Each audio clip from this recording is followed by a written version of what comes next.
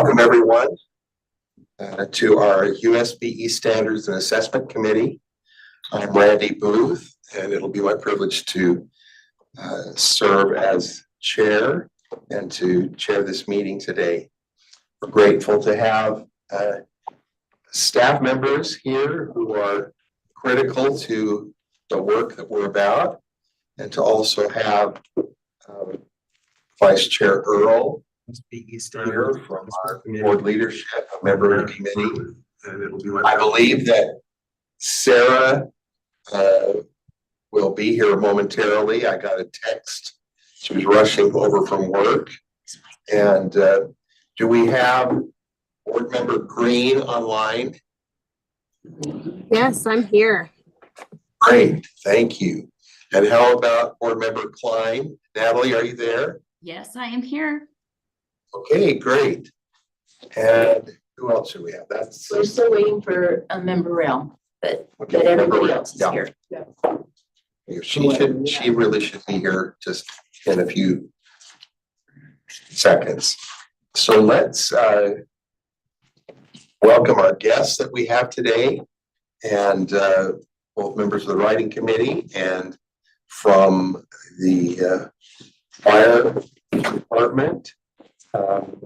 And we're going to introduce, first of all, one who is going to make some public comment on Zoom. Coy Porter. It should be in there. Is Coy here? Yes, I'm here. All right, great. Probably 8. Tricia Porter, as it's listed there on the screen, will be represented today by Coy. Coy, go ahead. Why don't you take just a few minutes and tell us what's on your mind. Thank you, Mr. Chair and board members. I appreciate the opportunity to address you. My name is Coy Porter, and my background was I spent 30 years with the Provo Fire Department, 4 years with UVU as an assistant director of firefighter training, and 9.5 years as the Utah State Fire Marshal. I appreciate board member Jenny Earl for reaching out to myself and other fire service professionals regarding input in this fire service safety and survival course, the objectives, goals, and desired outcomes.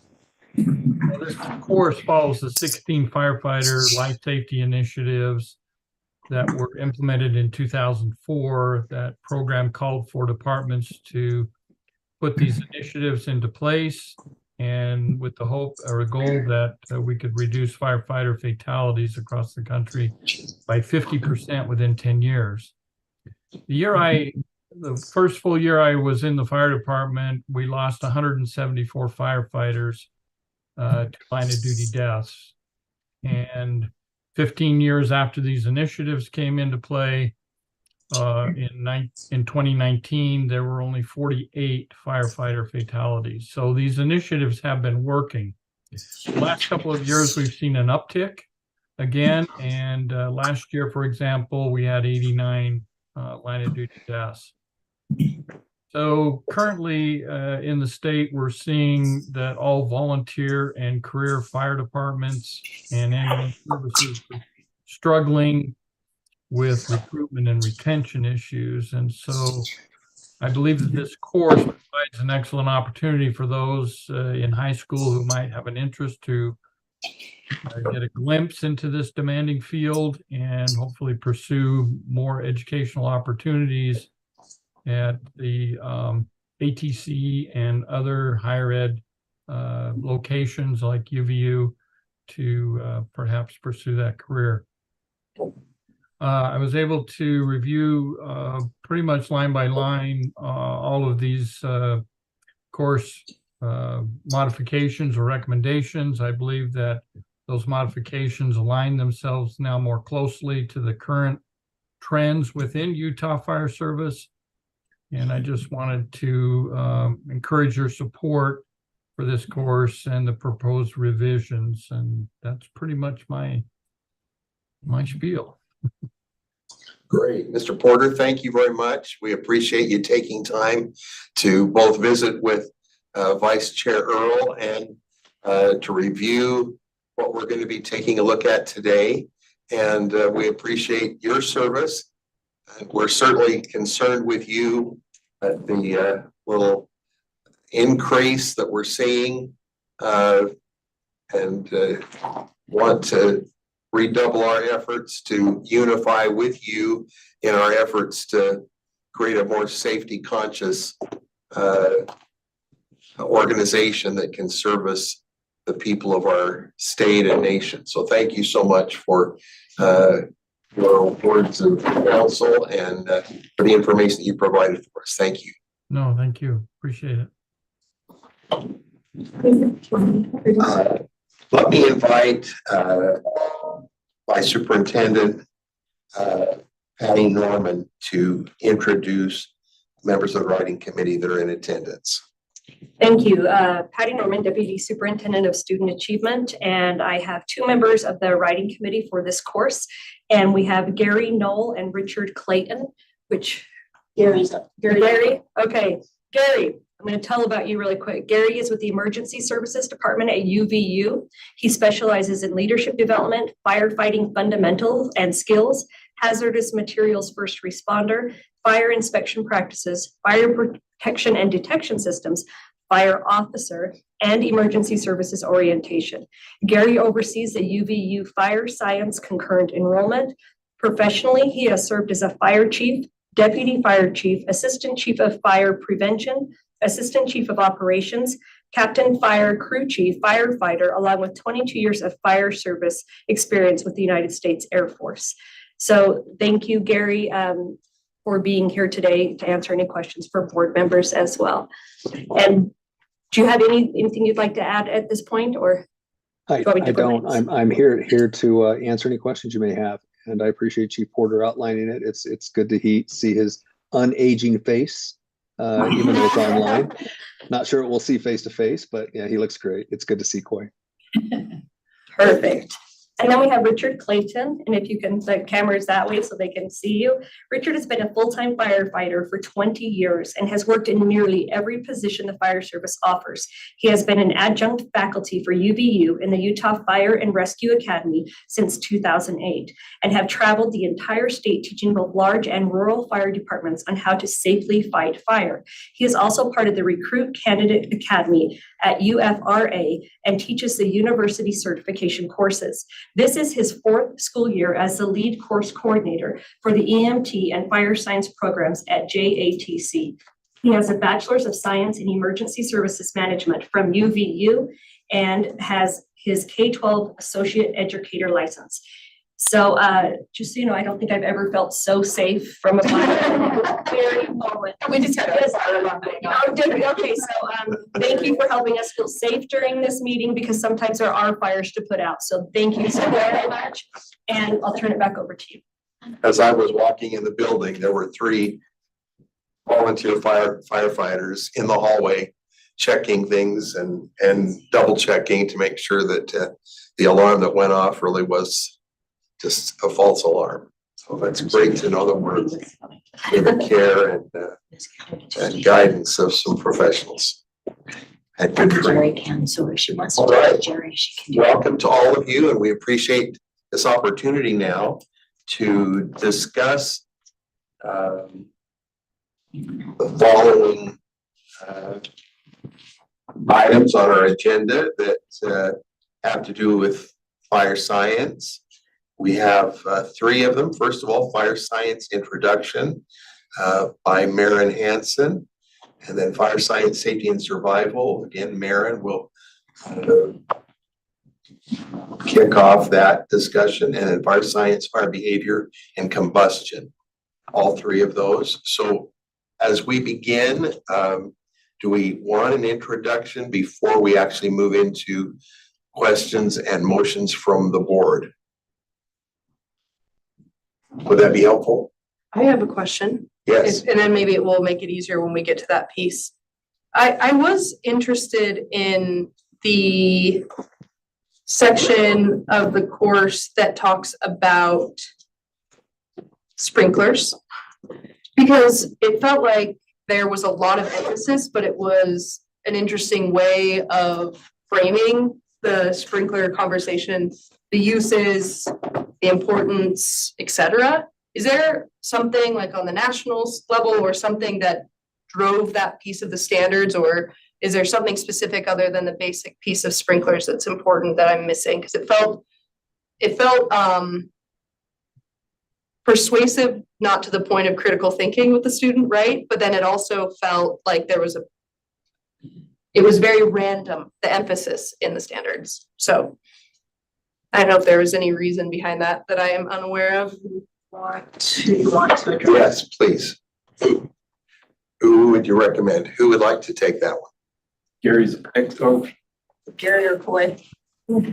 So having been the state fire marshal, the sprinkler legislation in Utah is behind the times, I would probably have to say. A fair amount of that's driven because of the makeup of our current legislature.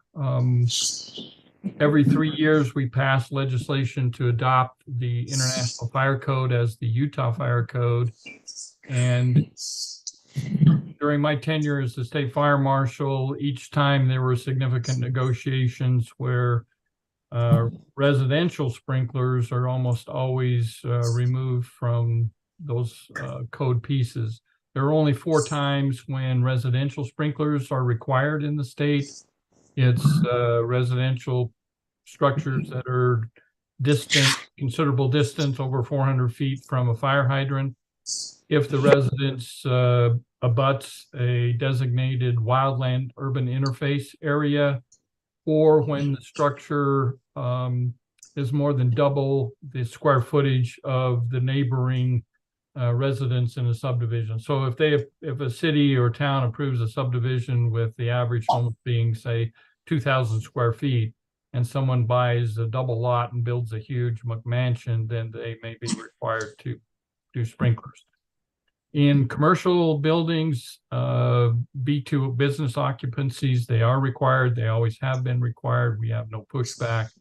But since I'm retired, I don't have to answer to some of these. But if you look at the makeup of our legislature, there are considerable numbers of home builders and developers who always push back on the residential pieces. So the fire service training and stuff does review sprinklers, how fire departments interact with those when they respond, securing them, all those kinds of things, how the alarms work, etc.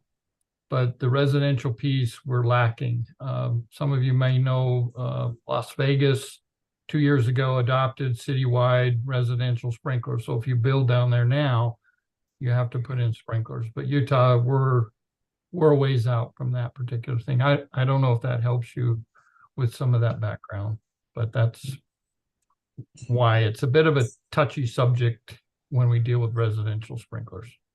Okay, that is helpful, and I think that some of the amendments that were proposed make it a lot better, because knowing that, I did have an idea of kind of statewide what the thoughts were on it, but and that maybe is why I felt like the standards were written in a way that focused more on a national piece than it was for the state. And if the majority of our students stay in state and serve on the fire service, then I think those amendments are, but so thank you for that explanation. Yep.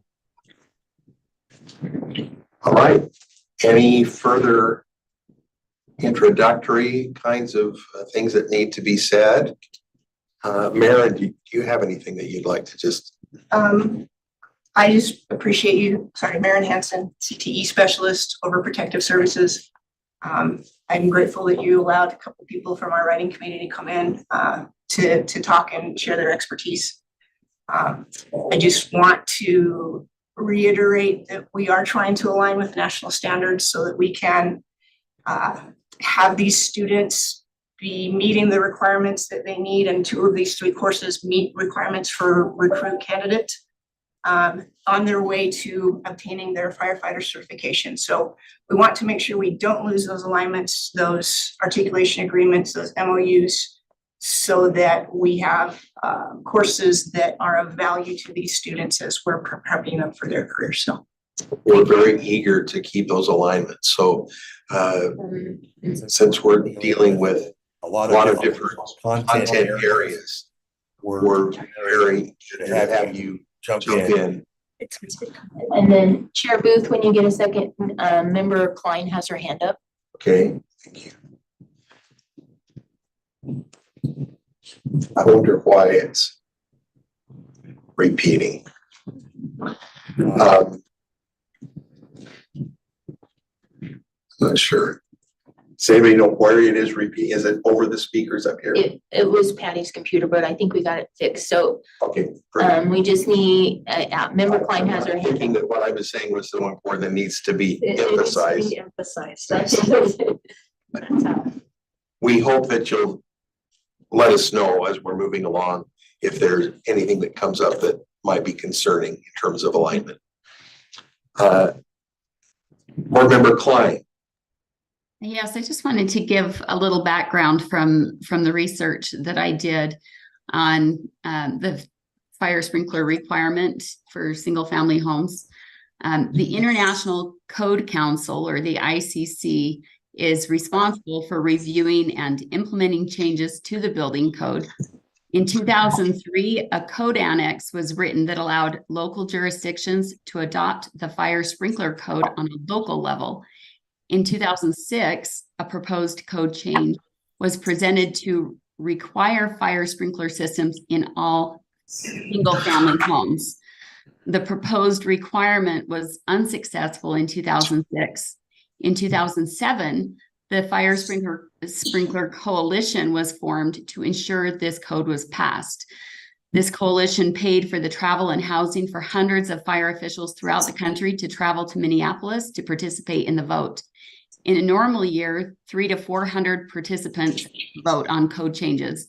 In 2007, when the fire sprinkler code was passed by 114 votes, over 1,700 participants voted. Some observers believe that over 900 pro-sprinkler attendees and had their travel expenses paid for by the Fire Sprinkler Coalition. Fortunately, state legislatures have the final say in the adoption of the building code in their states. Most states have rejected the inclusion of the fire sprinkler requirement, but the lobby continues on a state-by-state level to try and implement this code for new homes in their respective states. Just a little historical background. Thank you for that report, Board Member Klein. All right, are there any questions or any other further introductory material that we should consider before we move into motions from the board?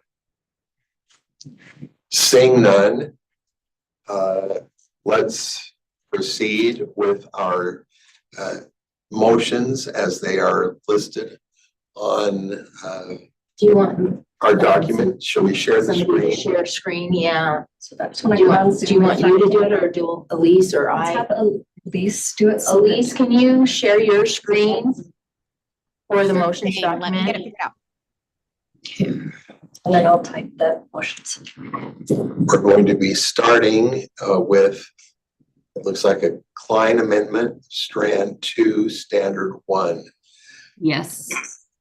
So I would make a motion to amend strand 2, standard 1 to read, explain the lifestyle of fire and emergency service personnel.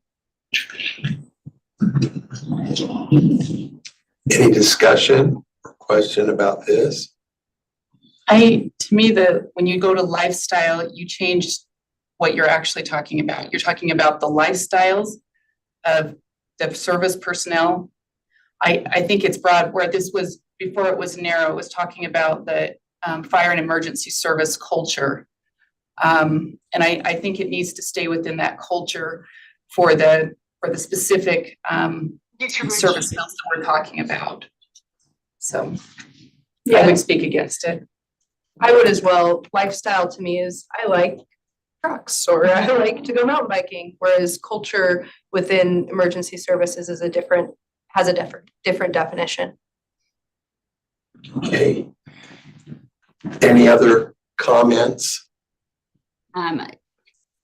Yes. I'm just trying to find my definition from the firefighter website, the National Standard Firefighter website, on what they mean by culture. So hang on just a second. The people for the writing committee.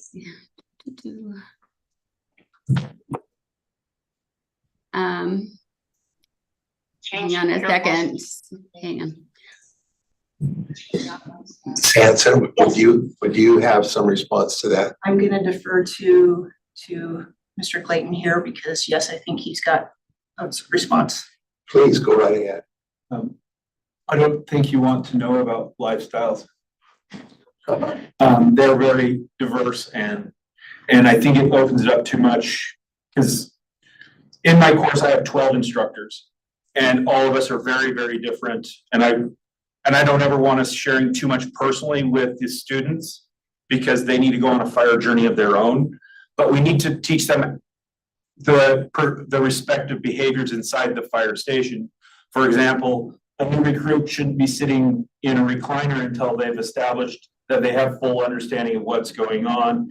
And there's just some cultural things that go in that's just steeped in the history of the fire service that ends up making them more successful over time. And so we really want to train them in the behaviors of that will be expected by the crews out there.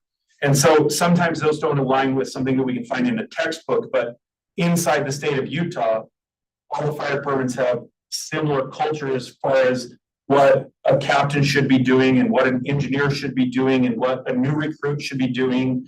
And those are the things that we're trying to inculcate into the instruction so that they're successful when they enter the station. Because it's a totally foreign world to some, a 19 or 20-year-old coming into the fire station, especially because they have to exist with 40 and 50-year-olds. And so it's very complex for them. So I would prefer that we stay with culture because we're talking about norms and customs inside the fire service that will be expected of them when they come in new. Okay. May I make a comment? Is that okay? Please, certainly. Just looking at the FESHE curriculum, which is the national curriculum, we're using their terms. And in their course and their requirements, it says evaluate the culture of the fire service. So trying to stay consistent with the terminology that these students will be using as they are moving forward with their careers and their training is the reason why we chose those terms as well. All right. Do you have additional comments or questions, Natalie? Yes, so I would be fine changing it to say explain the routines, the typical routines of fire and emergency service personnel rather than lifestyle. And I'll just read to you, this is from the National Firefighters Initiative website on their definition of culture. They say culture is generally defined as behaviors, attitudes, values, and beliefs that are shared with a group or organization. It reflects the collective perception of right and wrong, good and bad, or desirable and undesirable actions and characteristics.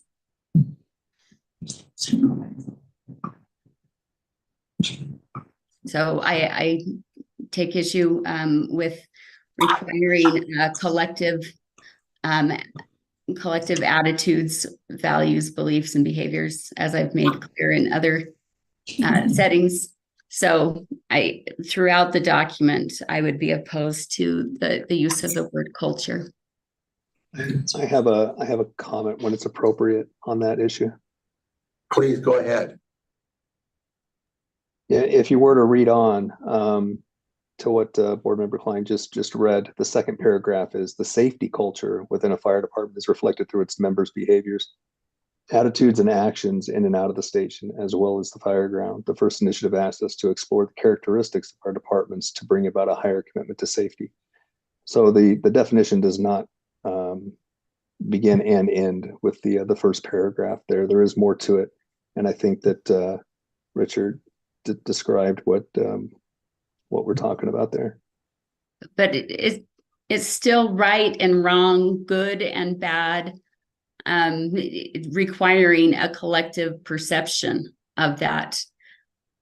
And I feel like that's a problem, whether, you know, it then moves towards the aspect of safety, it is still requiring individuals to give up what it's their conscience, it's their and that's not protecting First Amendment rights. Chair Booth, Please. can I make a clarification? Board Member Klein, did you want to amend your motion to say, explain the routines of fire and emergency service personnel and change the word culture throughout the document, throughout the standards? That Is that your? So my amendment is as it's written right now. Okay, it's not the, okay. I'm I just wanted not to make sure how to take culture out throughout without, you know, because each section that it's in would have to be adjusted. And I would be happy to put something forth. I just don't have those amendments ready for all instances of the word culture. So just because I think I understand where you're coming from, Board Member Klein, just that idea that someone else is forcing ideas or belief systems. Because this is specific to fire and emergency services, and it's specific, and it outlines that throughout here for the safety culture. It is that idea that you are responsible and accountable for yourself. And I think in many cases, it's 2 in, 2 out is the, right? When it's this protection of each other. And there has to be a culture of protection and learning so that that culture can exist in such a way that they're saving lives, they're protecting others, they're protecting each other. So in some cases, I would say, yes, culture is a problem. In this case, I feel like it actually is necessary for this particular grouping for these services. Okay, may I respond? Of course.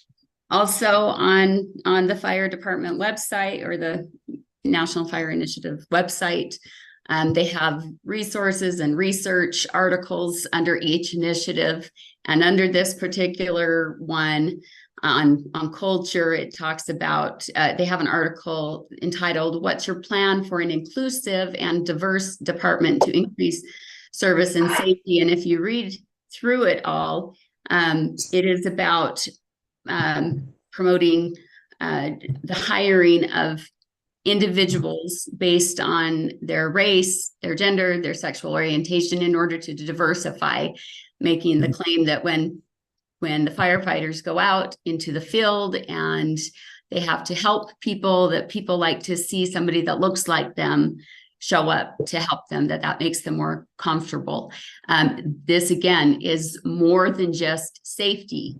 And this speaks to things such as DEI requirements and affirmative action that was struck down by the Supreme Court.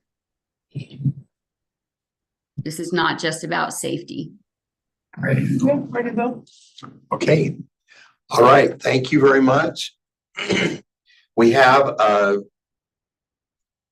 Board Member Klein's amendment that reads on Strand 2, Standard 1, explain the lifestyle of fire and emergency service personnel and eliminating, discuss the fire and emergency services culture. Changing lifestyle to routines. So explain the routines of fire and emergency service personnel. Correct. All right. Any further questions or discussion? Seeing none, those in favor say aye. Aye. Aye. Those opposed say, what are we saying? Nay? No. No. No. No. Okay, so we have 3-2.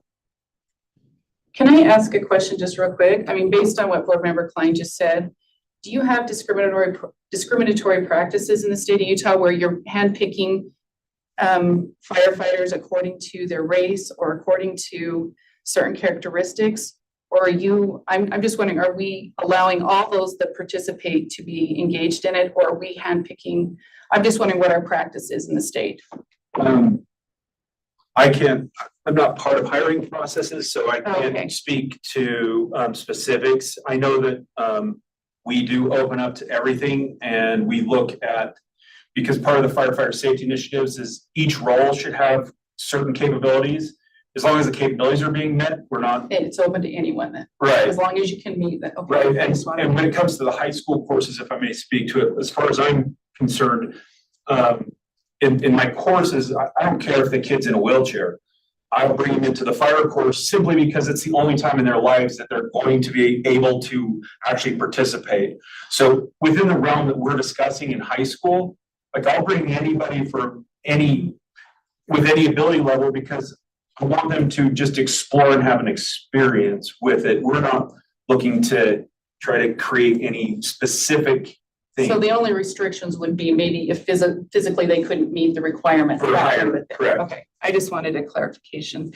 Okay, I have a possible amendment, but my understanding is my amendment on standard 4 with the trench, high angle, and heavy rescue is actually incorporated into the technical rescue and those others. Okay, so I won't be moving mine forward. I just wanted to make sure those were in there somewhere. You're saying those are, okay. Those are part of that topic, yes, that's. Okay, and then I also have an amendment on, let's see, standard 3. I don't know what, I apologize. I don't see where that strand it's under. Yeah, the amendment would be to add the National Fire Academy. And I know it's under Homeland Security and so is FEMA, but I just think, Strand 5, standard. oh yeah, there it is. So the strand 5, standard 3, just to add the National Fire Academy, only so that it's differentiated, that we know it's part of that. Whether we add bullet points or just a hyphen and add it to it, that's my recommendation.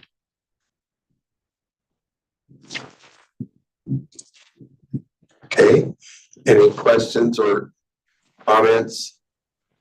Either way, fine. In our team. All right, we have a motion from Board Member Earl on Strand 5, Standard 3, page 273, to add National Fire Academy. All those, any question or discussion?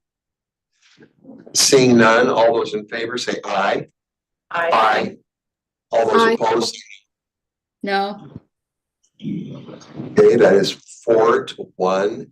The one no would be Board Member Klein. Okay, and I move that the committee approve the fire science introduction course, draft 1, and forward to the full board for approval. Board Member Earl moves that we move the introductory course to the full board for approval. Any questions or comments? sorry, I just need to go back to my, I'm sorry, I thought we were done. My I apologies. thought I had another one when I was looking at my, hang on a second. Let me just look at my other document. Oh, yes, I did on standard 4, strand 2, standard 4. I just had a question. It says discusses firefighters as public figures.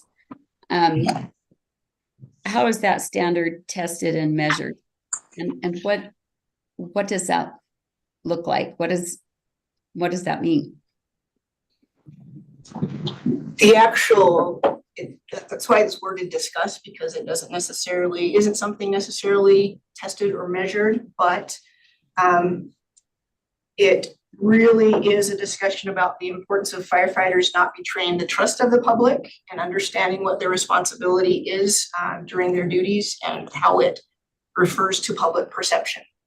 Do you have anything to add to that, or is that accurate? Yeah, it's based on the fact that we're probably the only profession that we can just walk in somebody's front door when they call 911, and that's because that perception and trust has been maintained, and they have to understand that when they act, they're wearing a uniform, they're acting with the whole identity behind that trust.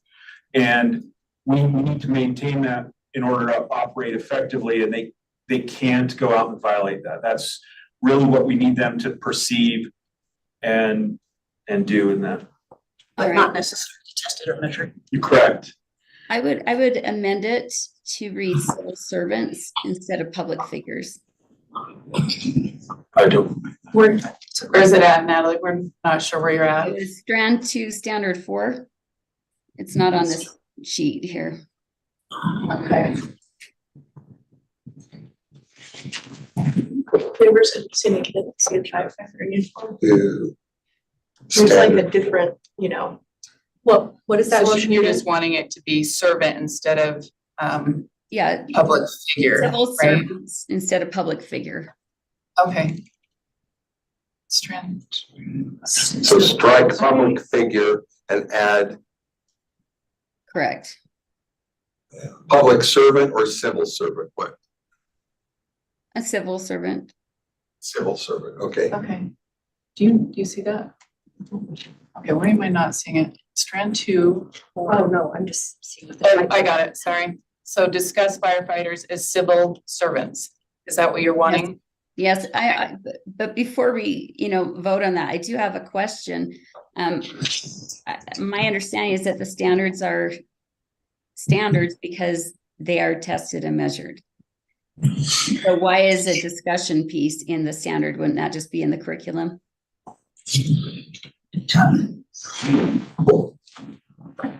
Yeah, let me respond to that. Jonathan Fry, CT coordinator. Part of, and board member Klein, you bring a good point in this is part of what we are trying to do is yes, teach the basic concepts in order for an individual to be successful in industry. But at the same time, especially in this type of a career, that it goes beyond just actual physical talent in the sense of I can build something. It goes beyond that understanding of in entering this world of this career, there are ideas and thoughts that need to be understood. It's the same idea when we're thinking about policemen, same idea as the conversation of even of being, I'm going to go on a construction site. There's a way that they need to understand as they are investigating what they want to be, they're trying things on as to what they want to be. They also need to know some of these higher concepts that are really concept based. And so in this case, what does it really mean to be a civil servant? To build that trust. It's a concept that's hard to measure. And really, I don't know if we could even find something that we could measure that other than, again, how do you trust somebody based upon behavior? And in this case, those behaviors have not been exemplified because they're still students.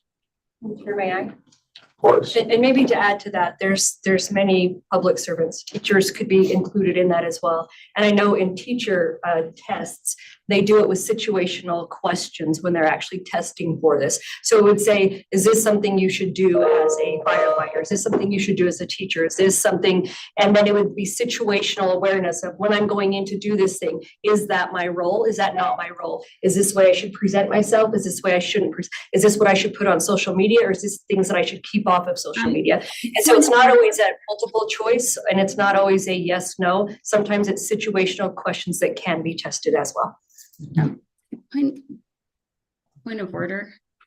Yes, please. I'm just concerned that this is supposed to be the work of the committee, and if we direct questions to others that are not on the committee, that's one thing, but just to have things being inserted here and there and everywhere that from non-committee members, I think is against our rules. Again, I would back to the motion. I would say if we go with this, if we make an exception for this as something and pass it as something that is not tested or measurable, we might as well be writing curriculum because it's not a standard, it's something else. So I disagree with that. I think the standards here are the pieces that you want youth to understand when they come into this course. And whether or not you measure a discussion as a public figure, you want them to understand that that's one of the roles they play. So just because it's listed here doesn't mean there's a pop quiz on Friday. I think it's what the standards do is articulate the most important criteria in this beginning course that a student would need to know in order to be successful. And so not everything is going to be measured according to, according to a test or this or that kind of a thing, but it is something they need to know. And I think the responses that were responded here were in response to your question. They were trying to articulate where that was going. But I do think discuss firefighters as, and I think if we change this, it's completely appropriate. If instead of public figures, we wanted civil servants, that's the language is appropriate. And it's appropriate for students in a beginning class to understand that they would play that role. Okay, I would like to fix my motion instead of discuss to explain so that it's something that they can demonstrate.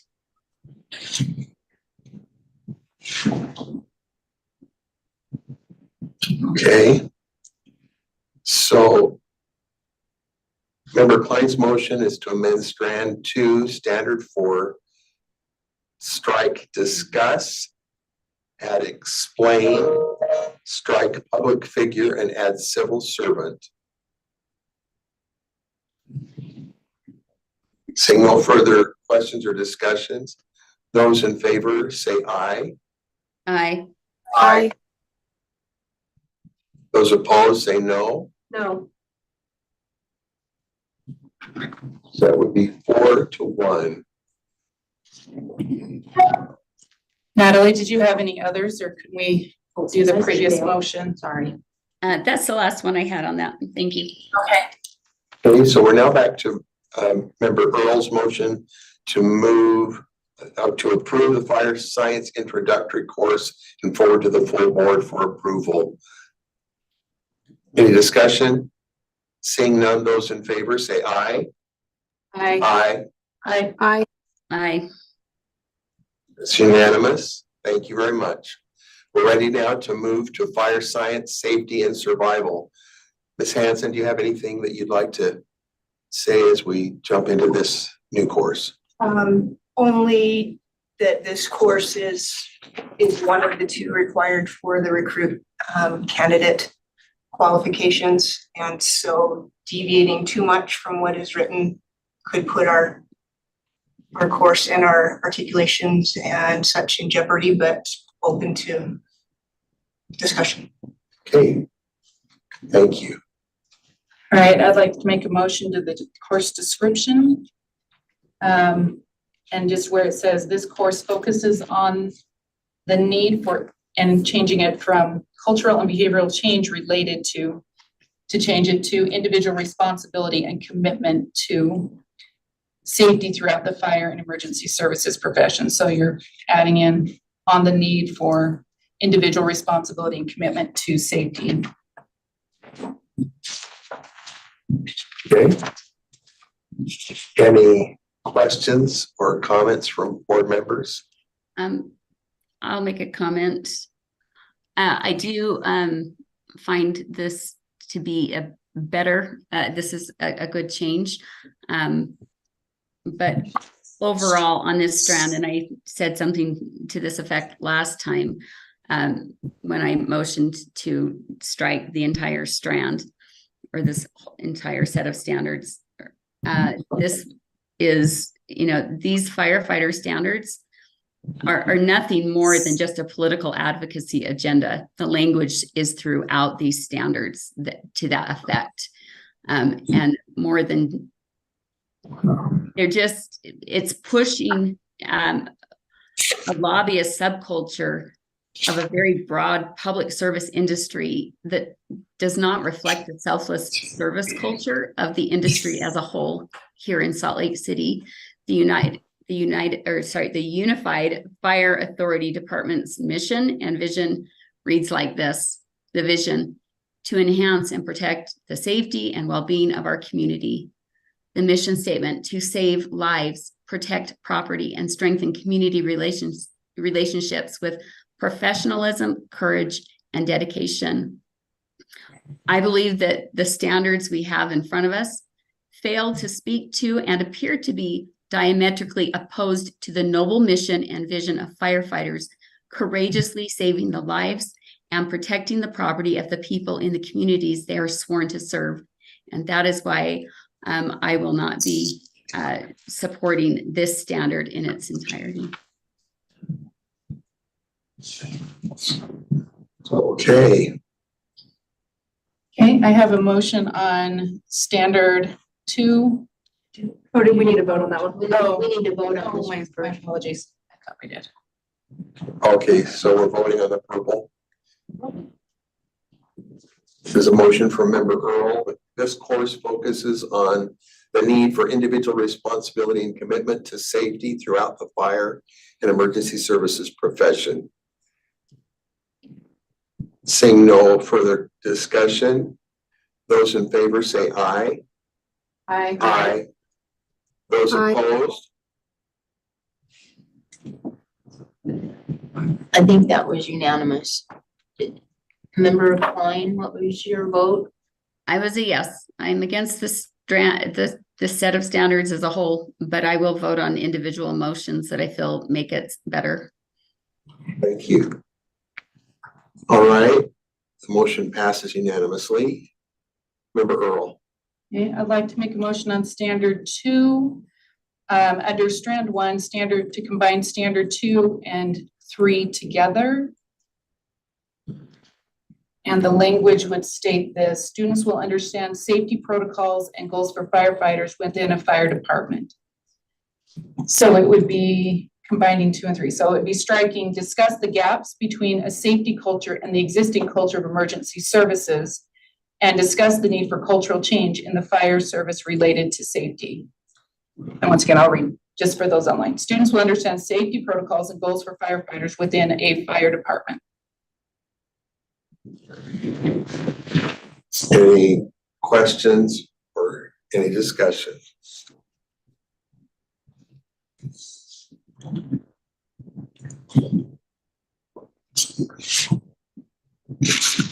Seeing none, those in favor, I guess I should restate. Member Earl's motion is to combine standards 2 and 3 with using these words: students will understand safety protocols and goals for firefighters within a fire department. Those in favor, say aye. Aye. Aye. Aye. It's unanimous. I have a motion on standard 4, and I just want to get some feedback though about it. It's on standard 4, it says examine some of the reasons people resist change and then explore examples of these reasons in the fire service.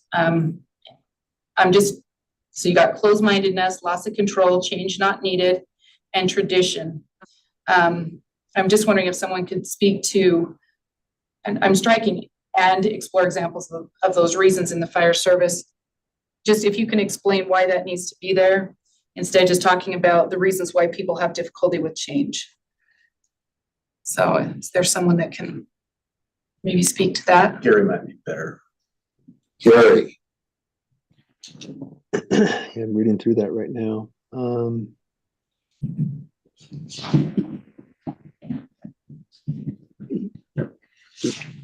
You know, I'm not sure, Board Member Earl, if you would have, I think that was you speaking, correct? Yeah, that was. Okay, I'm not sure if you'd have specific recommendations, but these examples are applicable in other than perhaps the last one, but there are a lot of industries where we're known as 100 years of tradition unimpeded by progress. So that is something that we speak about quite a bit, how tradition gets in the way, if you will. As the example given there, we've always been doing it this way. So I'm not sure if you have a specific recommendation that, yeah. Well, my recommendation is to strike and explore examples of those reasons in the fire service, but maybe those are necessary. That's what I'm asking. So the standard would read, examine some of the reasons people resist change And then the bullet points, closed-mindedness, loss of control, change not needed, tradition, it's always been done this way. We would strike and explore examples of those reasons in the fire service. Since this is only gonna be, this course is all about fire service, we're assuming that there must be a reason that we want to examine some of the reasons people resist change in the fire service. And those are just a few examples. Those by all means, and Richard can tell you that there's probably 100 other examples that are used. Those are just a couple that were mentioned in our development committee. Okay, So if I'm understanding you, you're saying that these are prevalent within the fire department. These reasons for resisting change, these are prevalent. Those are some pretty big ones, yeah. May I comment? yes, please. How many, when it says change, is it referring to something specifically, such as the initiatives?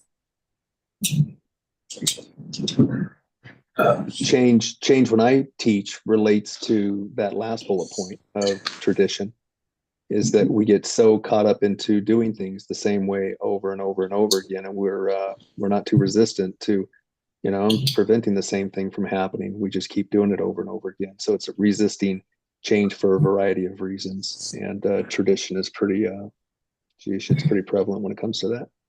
Just going back to that, the article that I mentioned before on diversity and inclusion in the fire service, and the debate that is had within that article about change related to hiring based on diversity instead of just pure merit and ability to do the work.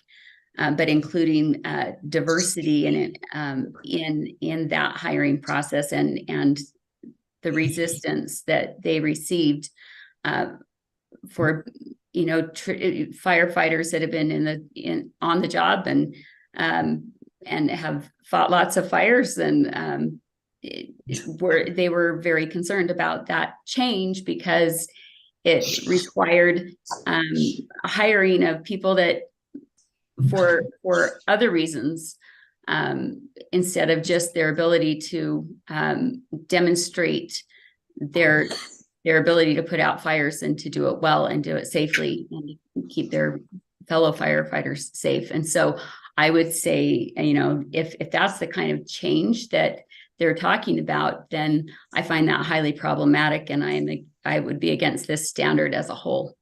And maybe people would call me one of those that is resisting change. But when it comes to the safety of our communities from fire, I don't think that's like playing Russian roulette to bring in changes of that nature that could put the people and the community at risk.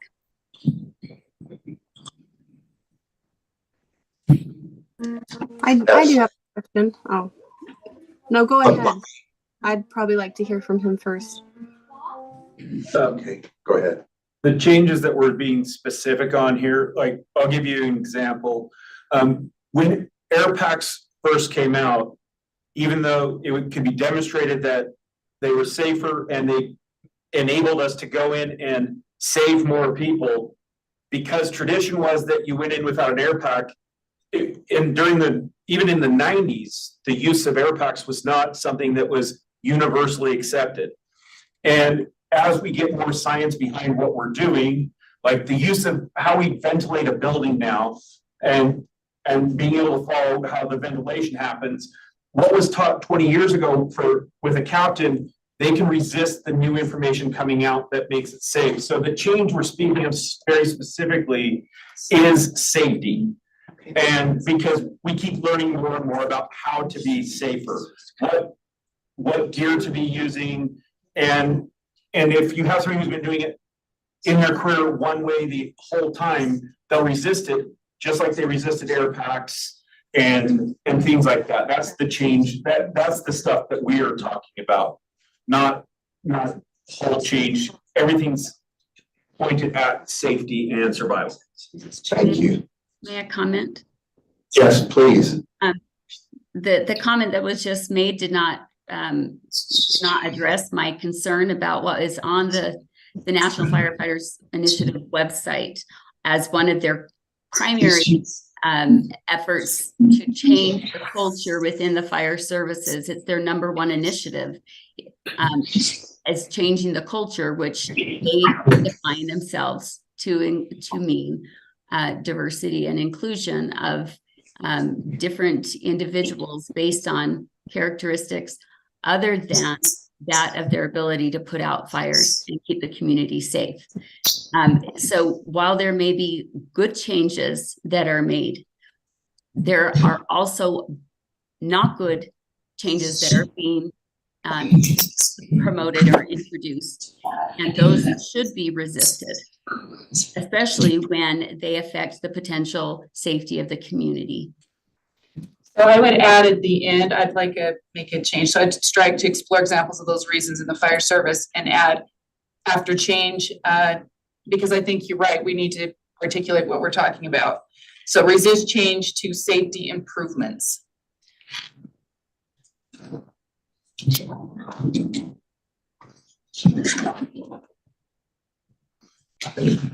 So the standard would read, examine some of the reasons people resist change to safety improvements.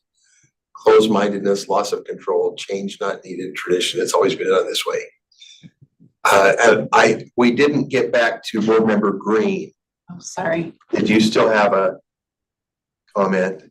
Oh, I appreciate that. No, actually, I think my concern is starting to be resolved based off of his, what he was discussing. I felt that we needed to actually unstrike again and explore examples of these reasons in the fire service because it specified what we were talking about. The other without the other, it's just free reign on if you want to talk about how people are just already closed-mindedness, or tradition gets in the way. So I like that we specified that it's around fire safety for fire service. And I would even add, I don't know if we add in the fire service or in fire service to even make it like more clear, but it's probably just in fire. To safety improvements in fire service. In the fire service, is that what is this a friendly? And member Earl, you can, or member Klein. Yeah, I think that's fine. Reasons people resist change to safety improvements in the fire service, right? Okay. In the fire service. So now the standard reads, examine some of the reasons people resist change to safety improvements in the fire service. And then the four doors as they have been before. Further discussion? Yes. Seeing none? I have a comment. Please. Closed-mindedness.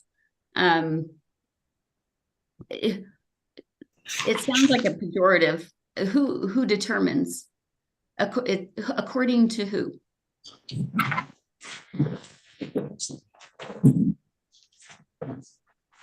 I guess whoever's being closed-minded.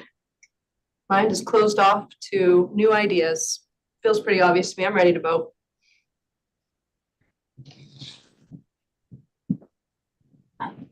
I think member Klein's question, I think it's a fair question.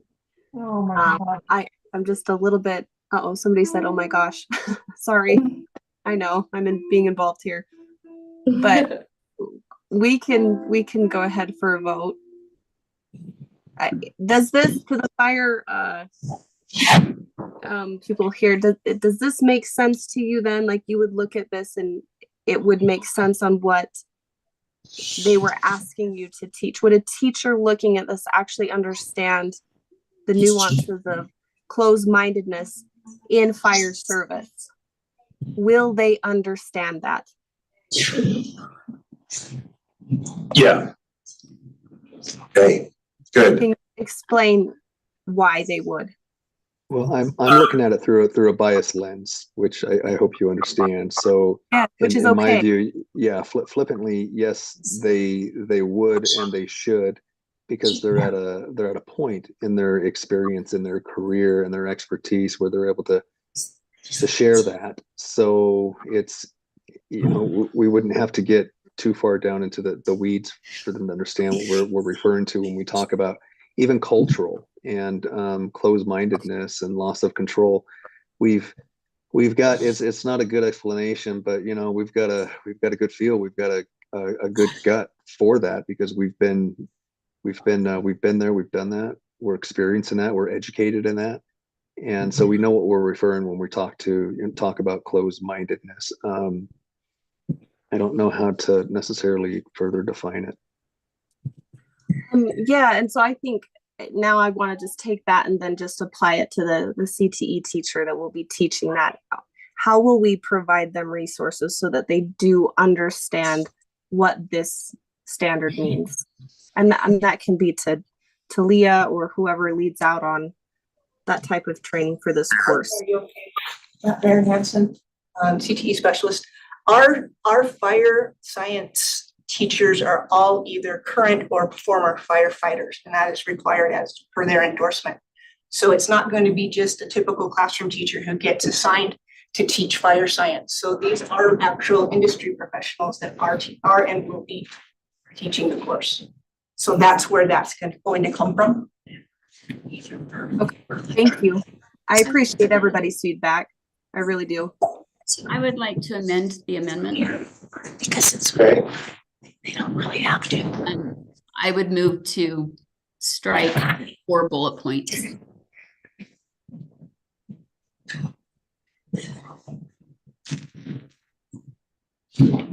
okay, we have a motion to amend so that it would read, examine some of the reasons people resist change to safety improvements in the fire service. And it would stop right there, eliminating the bullet points. Any discussion? Seeing none, let's vote. All those in favor say aye. Aye. Hi. Those opposed say no. No, No. no. Okay, that'd be 3-2.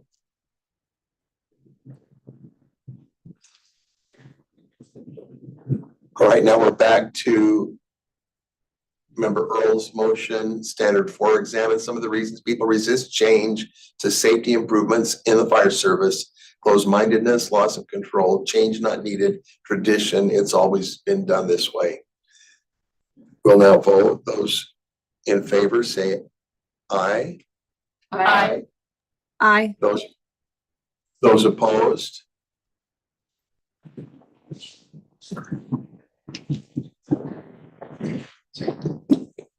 Oh, Did we hear from Member Klein? Abstain. thank you. Also, I don't know that on the previous vote, I don't know that it was recorded accurately. All right, let's I go can't back. see it now, but it needs, yeah, it just needs, it's not right. Oh, Striking. stricken out. So you said Failed. motion. It is. Do we want to do a roll call or what do we need to do? No, it's fine. It just got Right. written incorrectly. Okay. Okay, I want to make a motion on standard 5. We're ready to go on. Would strike components of safety culture and how they can be used as catalysts for advocating the same components of a safety. Strike that. So, and then we're going to add of safety. So this is how it will read. Explore examples of other industries that have used leadership, management, and supervision to develop a culture of safety in the fire service. See, that's what I was questioning when I sent you the email earlier today Oh, in the fire, because these other industries don't have anything to do with fire service. you're right, you're right. You're right. Does that work, Andrea? Do you want to read that and see? Shift 5, yeah. Could be in their service. Or in other services, right? Yeah, they basically were exploring other industries. So it'd be in Word others. missing? Yeah, it'd have to be in other services maybe. other services. Would that be accurate? Okay. May I? think there's a word missing to read. I think you need a word to bridge between the first and last part. And supervision to a culture. Okay, wait. Examples. And supervision to develop a culture of safety in other services. Does that make sense or not? Oh, so develop isn't supposed to be stricken. It's just your industries that have used leadership. Or that's better. Safety and how they've implemented safety improvements in fire. Oh, okay, so No, you it are, was stricken and it wasn't supposed to be, I guess. Sharing what the industries will mean to what's going on in fire service. oh, okay. That's Okay. like that. So maybe- Just a thought. I was thinking we were just looking at other services. Let me, Patty? Yes, You ready? ma'am, I'm ready. Okay, so this is, I do think this connects it better. So tell me so explore examples of other industries that have used leadership, management, and supervision to develop components of safety and how they have implemented safety improvements in fire service. That still doesn't make sense to me. So Okay. what are we studying? We're looking to these others, public service or other industries that have used leadership management and supervision to develop in their industry service that we might be able to learn from. Impact further. So that as we're developing similar safety protocols and approaches in the fire service, might be able, what can we learn from public safety, from transportation, from, For example, medical, whatever. I bring the safety coordinator for Kennecott, the Kennecott mine in to talk to my students. Because there's a lot of jobs there, just safety related.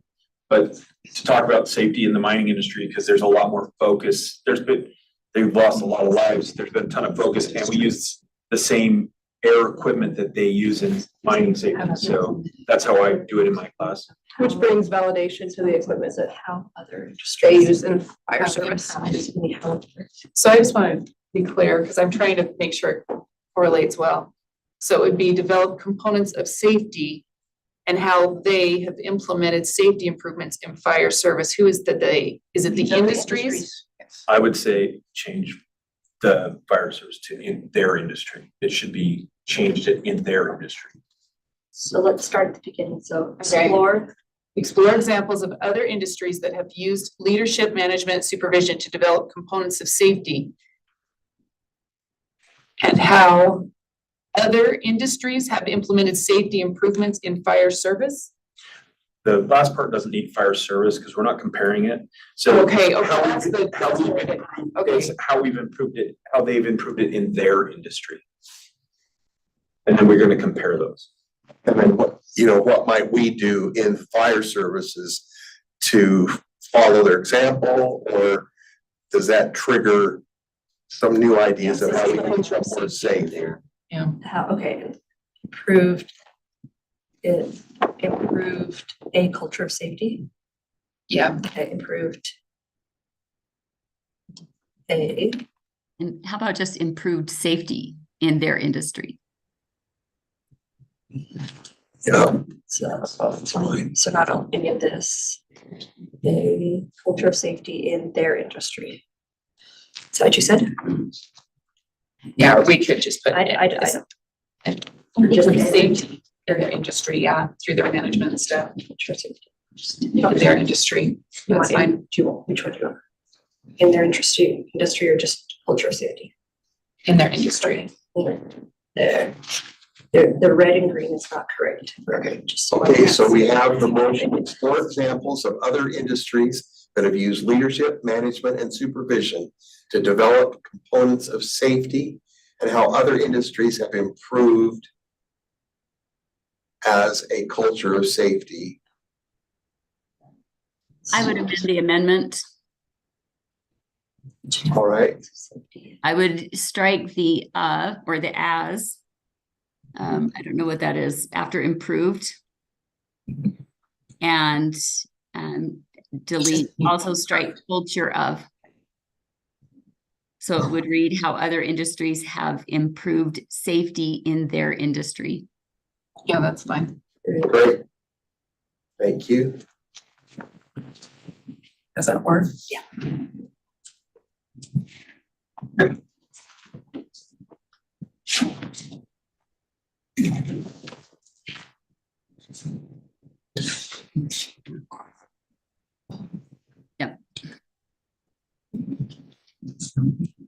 Are we good? Yep.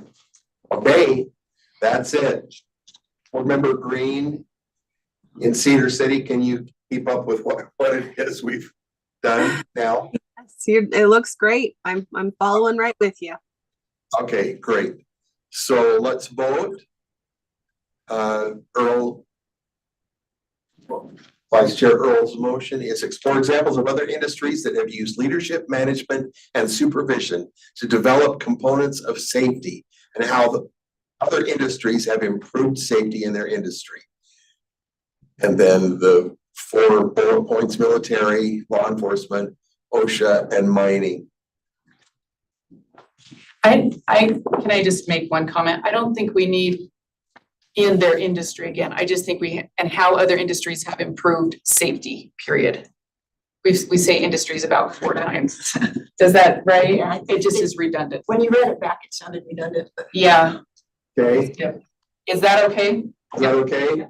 Okay. So now let's explore examples of other industries that have used leadership, management, and supervision to develop components of safety and how other industries have improved safety. How about if we just say, explore examples of other industries that have used leadership, management, and supervision to develop or to improve safety? That even sounds better. Yep. Perfect. Is that a friendly amendment? Did you Yeah, get all that's that? friendly. Sorry. It's really friendly. Okay, so I'm just gonna, to improve. Safety. There you go. So we're saving paper. Good job, Randy. Okay, so here we go. Ready for a vote. All those in favor, say aye. Aye. Bye. Those opposed, That was a unanimous. that was unanimous. Thank you. Okay, on the performance skill, I move that we change it to write a 1-page research paper related to personal health and safety within emergency service careers. I would have straight the and add a careers.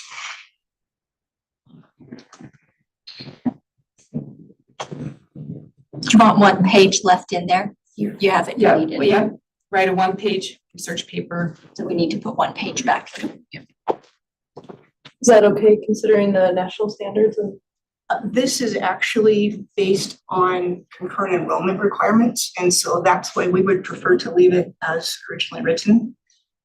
What is the concurrent enrollment requirement? Exactly what you see there written as that performance skill. One-page response. As are most of the performance skills in this course are based on that. And Gary can speak to that. He's the UVU. So the concurrent enrollment requirement is just inserted here as it currently is. And it currently is written as write a 1-page response to the question, is there a need for cultural and behavioral change within the emergency services relating to safety? Why or why not?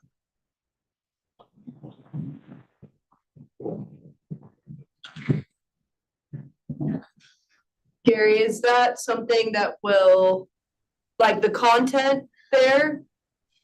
If we change it to 1-page paper related to personal health and safety within emergency service career, would that still work, or does it need to align directly with the concurrent enrollment performance skill requirements? I think it aligns okay with your suggested change. Do you feel? Did that answer your question? Yeah, that did. I'm not trying to create, sure. Okay. All right, so we're now write a one-page If there is a problem, you can look at it.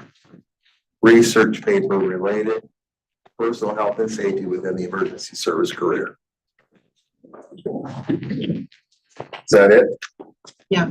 Okay, all those in favor say aye. I, Aye. Aye. Okay, I'd like to make a motion on strand 2, standard 2 and standard 3. I'm just gonna move them at the same time because they are both related. So it's discuss ways that personal and organizational accountability can affect health and safety of individuals within fire and emergency services, just directing it back to the person's response, which is the individual. And then on standard 3 at the end, just inserting individuals within. So it would read, explore the National Fire Protection Association Standard 1500, Standard on Fire Department Occupational Safety, Health and Wellness Program, and the process of using this standard to improve accountability related to the health and safety of individuals within an organization. Okay, any questions or discussion? Seeing none, we have a motion from Vice Chair Earl to explore the National Fire Protection Association Standard 1500, Standard on Fire Department Occupational Safety, Health and Wellness Program, and the process of using this standard to improve accountability related to the health and safety of individuals within an organization. All those in favor say aye. Aye. All opposed? I am a yes, although I am opposed to the national standards aspect of it. But I do think it's better with individuals added, so it's not just health and safety of an organization. Thank you. And I was an aye. My mute never went off, sorry. Okay, thank you. Okay, and then on the performance skill, I'm just adding a little bit there so you can, so I'm adding parameters for organizational transparency. I thought that was a key piece that Board Member Klein hit. So it's that organizational transparency and accountability of the health and safety of individuals within the organization. So you got the broader transparency and then the accountability of the health and safety of those individuals in the organization. Does that keep it in your parameters still? Yeah, the only minor change that I might suggest would be instead of individuals to use the term members, just because it's broader, because then it also implies a team of firefighters, a crew of firefighters. Does that make sense? So the Better safety, terminology. Okay. that's Okay. that's the only, otherwise I'm fine with what you have. Okay, I'm fine with changing it to members. Do we need, the other two need to be members, or is individuals okay with those? We would prefer it to be consistent, but we will be fine with what you decide. Does members insinuate like membership in like a union, or is, I mean, individuals within the organization are still individuals within the organization? Members refers to sworn. They're sworn in. Members refer to sworn firefighters. So it's falling under like Utah code and stuff that you're It's not sworn. anyone, you're actually, Yeah, because that's where the onus is going to fall, everybody else's support to the sworn. So like if you have those individuals that are working in logistics to help get safety equipment up, it's to aid the sworn firefighters in their accountability, right? So when you say members or individuals, we're talking about sworn members. So people in fire engines and all of that, not members of unions or anything like that. just like we're board members. Correct. Okay. Exactly. Board member Jenny. Board member. Sorry. I'm just looking at your motion and wondering if it could be slightly reworded. So just so it feels a little bit clunky to me, because it's organizational. Oh, go back up. Let's see. Oh, did it? Okay. I'm not seeing everything that was in the box before, because Okay, so write a one-page paper on your views regarding the need to create health and safety parameters for organizational transparency. I'm just wondering if to create organizational transparency and accountability around health and safety, as well as Yeah, the that's health and fine. safety of members within the organization. I think that works around, that's who you're creating them around, right? Or for. Right, so that of the- organizational transparency comes before create health and safety parameters. Because health and safety parameters doesn't sound like it goes with transparency and accountability. It sounds like two different things. Does that make sense? Yeah, okay, I'm doing around health and safety of members. You can So- change that within the organization. And move organizational transparency and accountability after create. Oh, so it's not duplicated, hang on though, let's see, write a one page around the health and safety parameters for organizational transparency and accountability. So it would read, need to create organizational transparency and accountability around health and safety parameters for the individual members and the organization. That's what I'm trying to get at.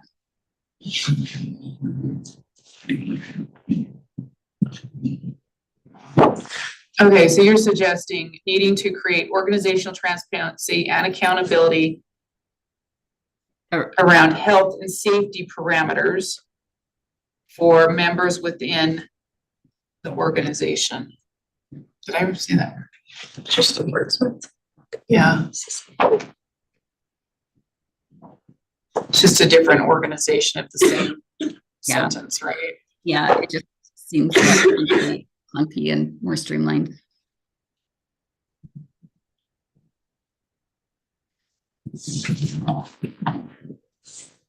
And I don't know if you, I mean, you could probably take out Change anything? parameters. I think it's fine. Okay. And you could probably take what out. You could maybe even take out parameters. Around the health and safety of members within the organization. Yeah, I like that.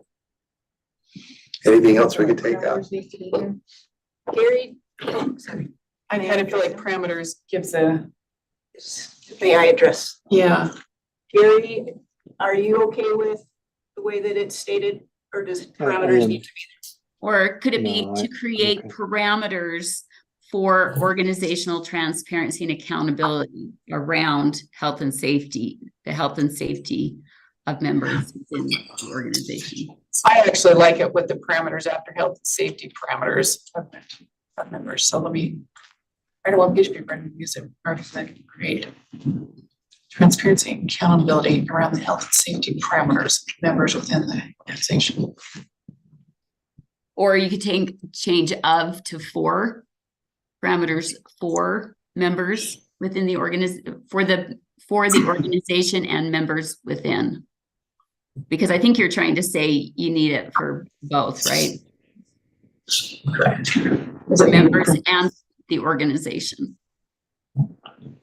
Gary, does that sound okay? Yes, it Yeah. does. Okay, that's fine. All right, And the organization, I think that's fine.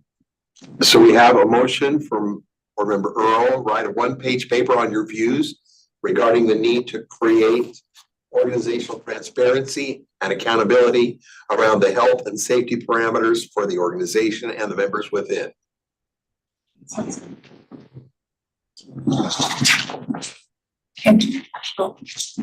All right, we're voting.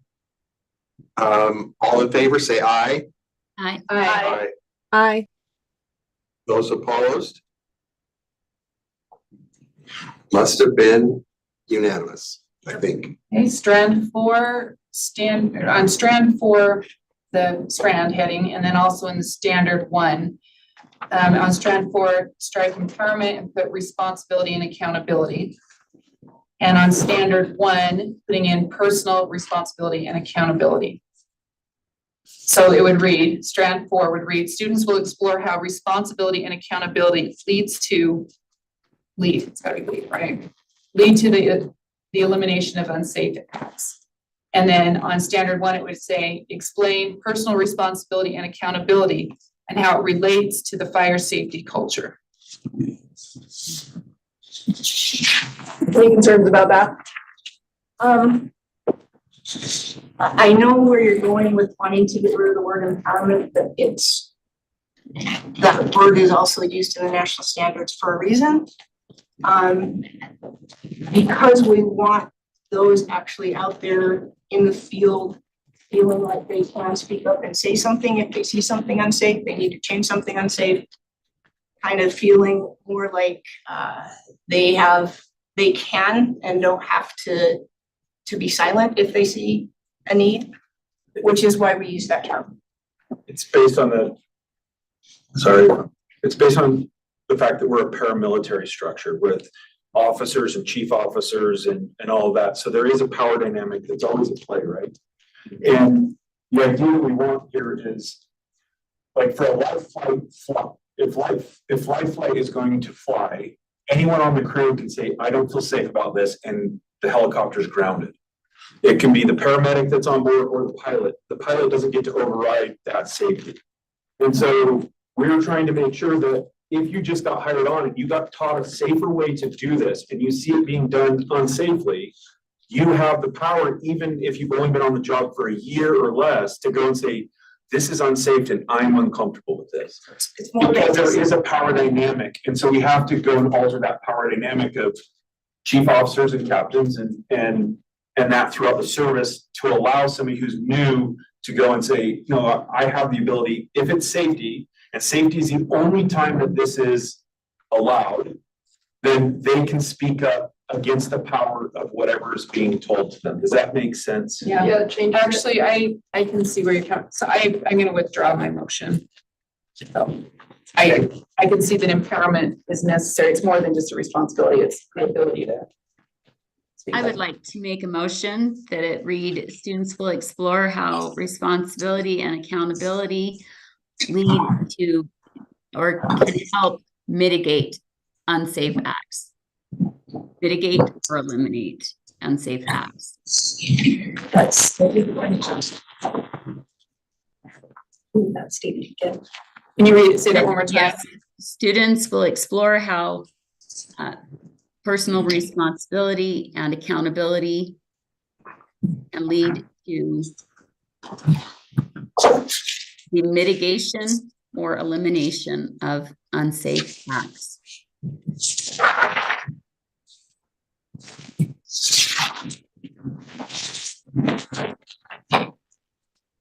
Based on what we just had the conversation we just had, I think I'd vote against this because I will vote against this because I think that empowerment is really important.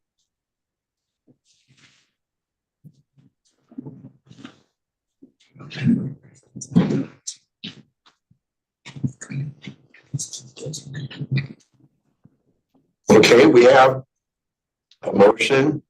Member Klein, students will explore how personal responsibility and accountability can lead to the mitigation or elimination of unsafe acts. Let's vote. All those in favor, say aye. Aye. Those opposed, say no. No. Okay, on strand 7, the introduction there, it says students will explore how to utilize available technology to produce higher levels of, and I think this is going to end up probably getting changed at full board meeting. So I'm going to member help. So instead of individual, doing member. Okay. And then let's vote on that. When I feel like there's. Oh, I did? Did you want to do the apologies? Okay. Where did I want to sit it? I'm looking at something. Strand 6. Oh, yeah, my apologies. Yep. So standard, strand 6, standard 6, is that right? Just adding in, for example, firefighter combat challenge, just articulating what that could, maybe it's not necessary. It's actually not the correct example in this context. Okay, then I'm, all right, so good. I want to move it forward then. So, okay. In my class, the school purchased all of the equipment that we use for UFA's criterion test. And we mimic it in class of this is what, because everybody has a Point of version order. that's supposed I don't mean to interrupt our guest, but did somebody call on him? I did. Okay. So strand 7, the introduction. To produce higher levels of, well, it would be students will explore how to utilize available technology to produce higher levels of member health and safety.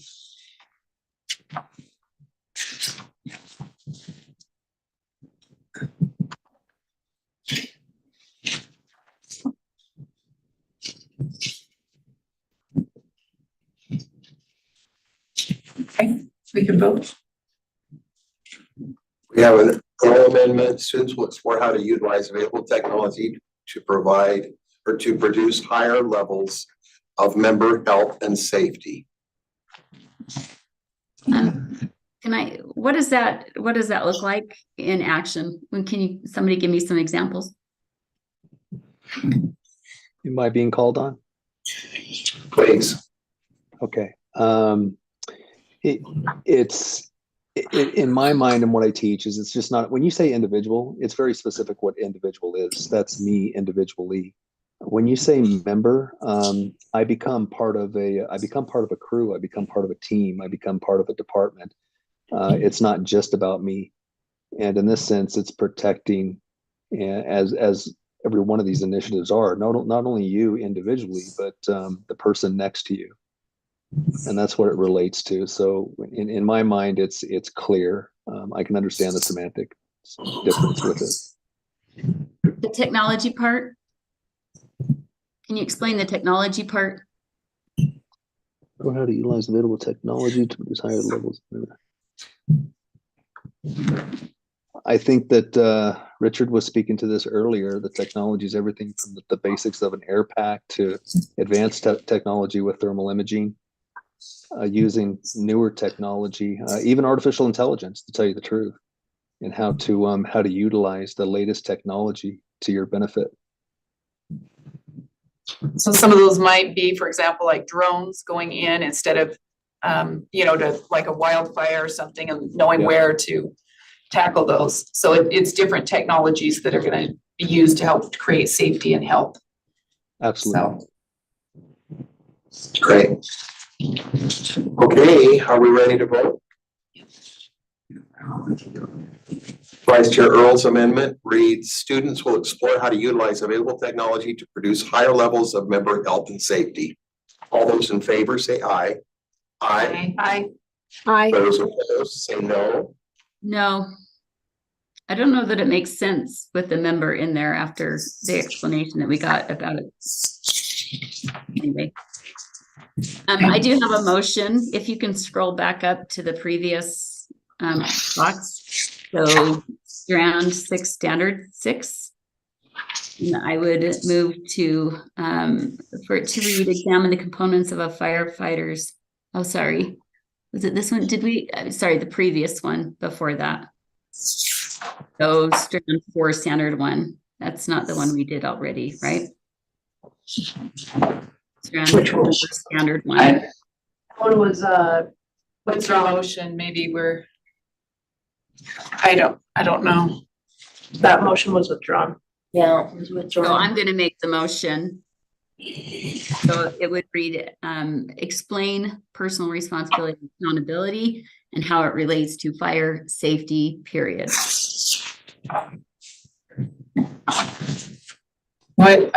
Are you back on strand 4? Strand 4, standard 1. Yep. Eliminating culture and replacing empowerment with personal responsibility and accountability. Right. And should read it one more time, explain personal accountability. So explain personal responsibility and accountability and how it relates to fire safety.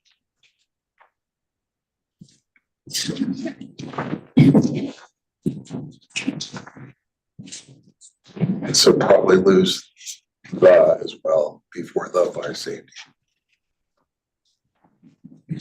Right. Is that good, Natalie? Um, and how it relates to fire safety. That's correct. All right.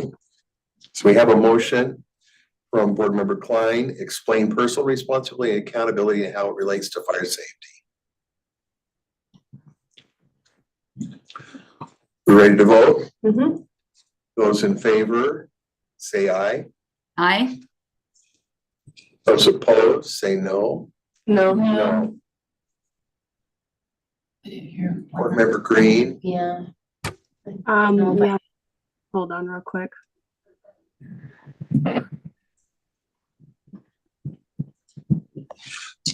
I'm in favor of Member Klein's. okay, thank you.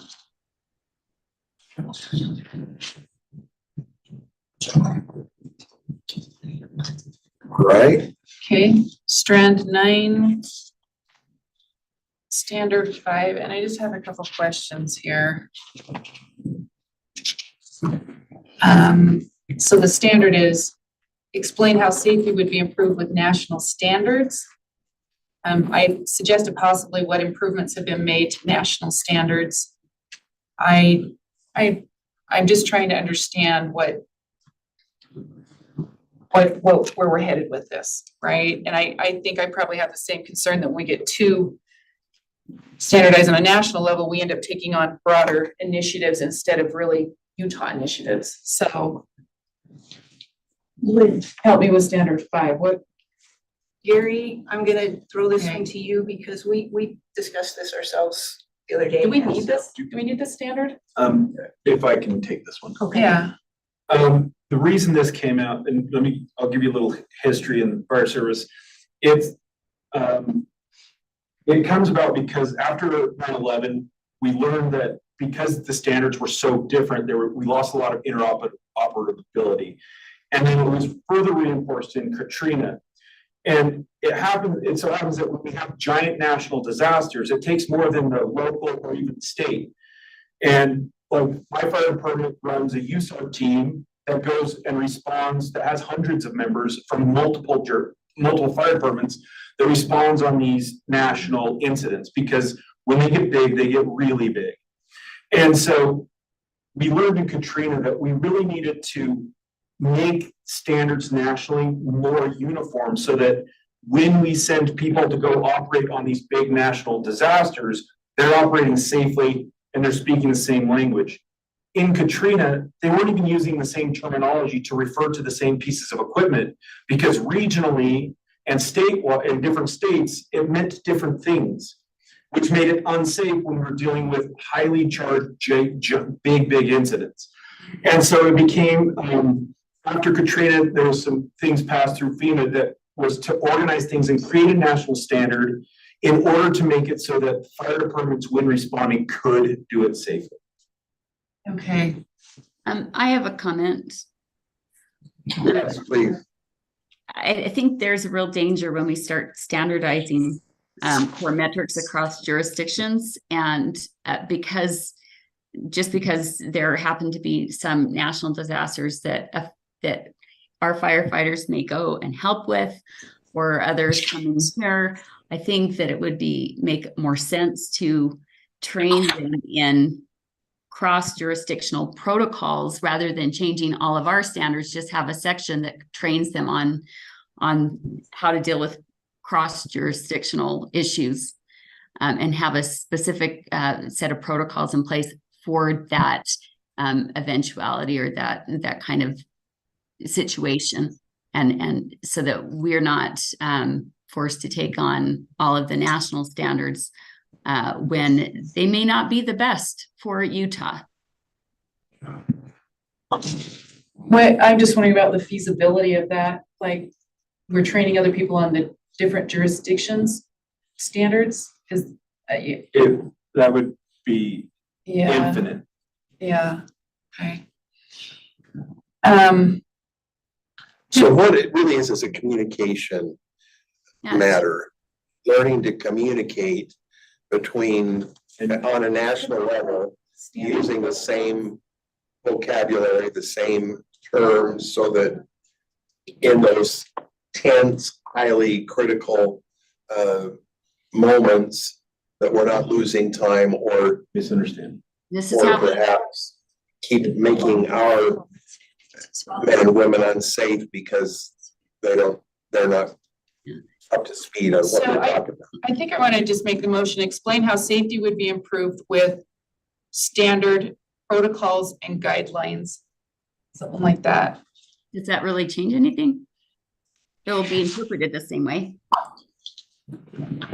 Yeah, so people, yeah, I think we're finding that in our state, even with emergencies, as far as from one school district to another, with emergencies, that we're wanting to make sure we're using the same terminology, the same language, so that we're able to meet the protocols or the needs of whatever the emergency is. So It's even important, I work on emergency management at Salt Lake Community College. We have a lot of different emergency services jurisdictions that report to things that happen at certain campuses. So it's important to have that consistent language.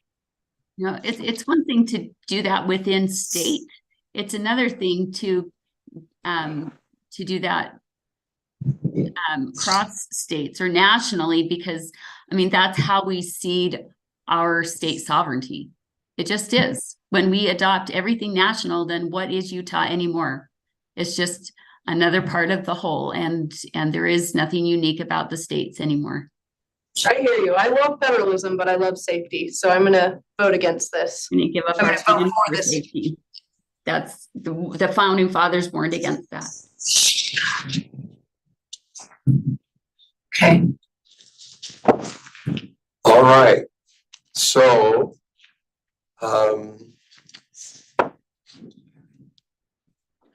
your motion, Vice Chair Earl, Would be to what's there? strike national and add standard protocols and guidelines.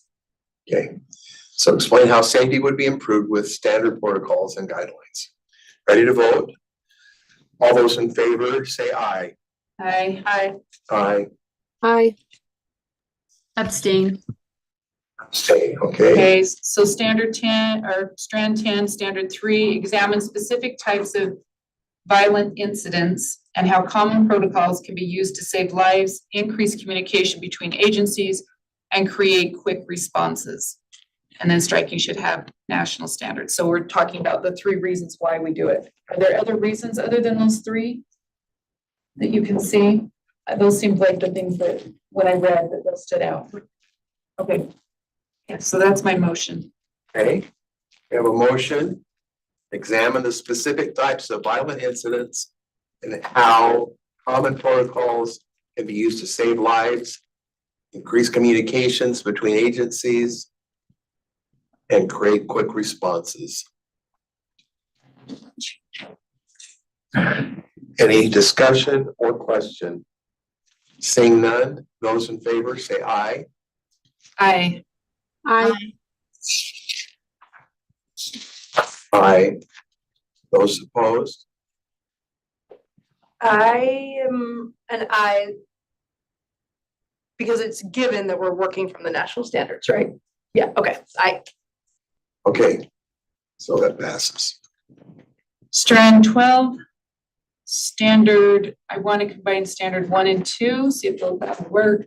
Or 3, is it 3? 1 and 3, my apologies, yeah. So we'll be striking, discuss why public education needs more resources in order to be championed as a critical fire and life safety program.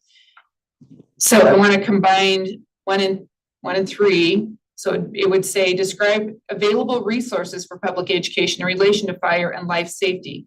What additional resources would be helpful? So I just think that question. I did have a question on this Okay. piece, just in general. What the purpose of these standard 1 and 3 were related to the course and then the public education piece, either of you? Yeah. In this particular context, the term public education isn't talking about K through 12. We're talking about the public in general. We're talking about fireworks safety. We're talking about not putting frozen turkeys in deep fryers. We're talking about Smokey the Bear. Does that make sense? Yeah, I didn't read it that way, so, That's okay, let me where- read it. Okay. So the fire department puts out the be safe as Thanksgiving, showing a bunch of people lighting their deep fried turkey on, and that's like part of But as public far as education. combining it, I'm okay with that. Combining is fine, but that public That education public piece. education piece is there for a reason, and it's just a different context than we're used So to. maybe it should be education of the public. Or, sure, public education and community outreach. This or is This is another example of the activism using students for activist causes. This is whether it's a good thing or not a good thing.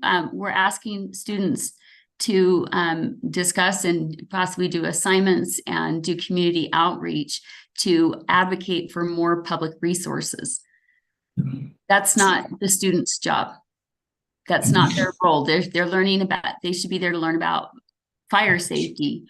And how to put out fires, not to advocate for resources and be political advocates. We usually don't have questions. We really should not be using our students for political or advocacy purposes, period. That's not their role. And I think the parents would be really upset if, you know, they found out that students were being used to push the National Firefighter Standards initiatives.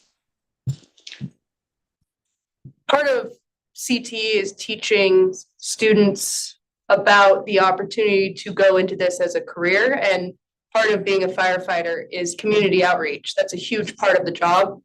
Can't think of a time a kid hasn't visited a fire station or gone on a field trip or whatnot. So to me, I think you're inflating it a bit, but I agree now with that explanation of public education. I think that's really important. And I'm happy combining it as well, if you guys are comfortable with that. Let's see, what if it were, and if it were still combined, it said determine available resources for public. Is there something, when you're saying public education, we're not talking public education. I know, is there something like the general? Educating the General public, something to that effect, just for For clarification. educating the general public. Something like that, because it just is educating in relation to fire and safety, yeah. General public, so that no others don't get that confused either. That is part of the responsibility of being municipalities' fire response, right? Is that you are also responsible in order to make your work.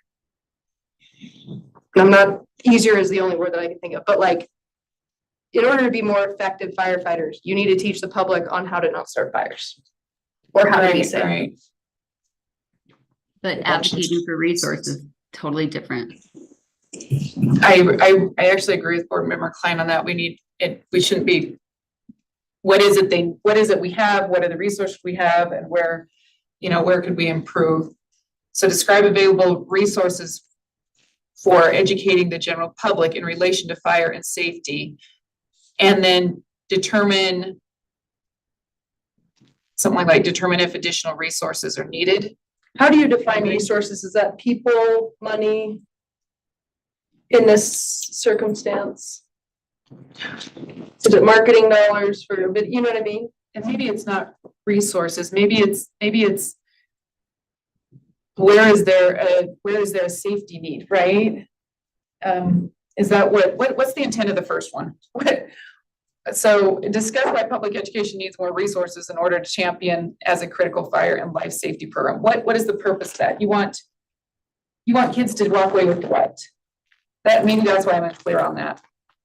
Pass that to one of these. Yeah, is it one of you answer that? Here, do you have a response on that? Yeah, I mean, it's a good question. This is great dialogue. Geez, I'd love to have you guys in a class to discuss this back and forth. Those resources are limited. It's often one of the most neglected areas of the fire service because it's the least attractive thing to do is to educate for firefighters. Firefighters go into the business because of obvious reasons. But there's a huge need for educating the public. And I like the language change here, and I realize that with K through 12, it clarifies it.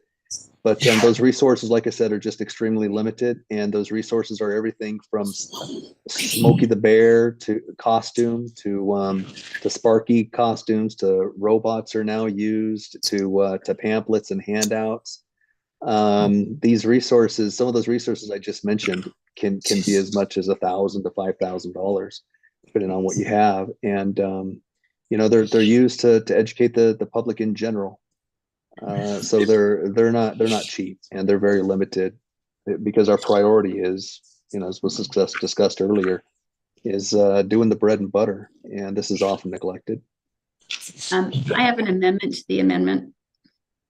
I would strike determine if additional resources are needed. So it would read, discuss public education. No, it's just to what you already had. So, Oh, okay, sorry. determine available resources for educating the general public, period.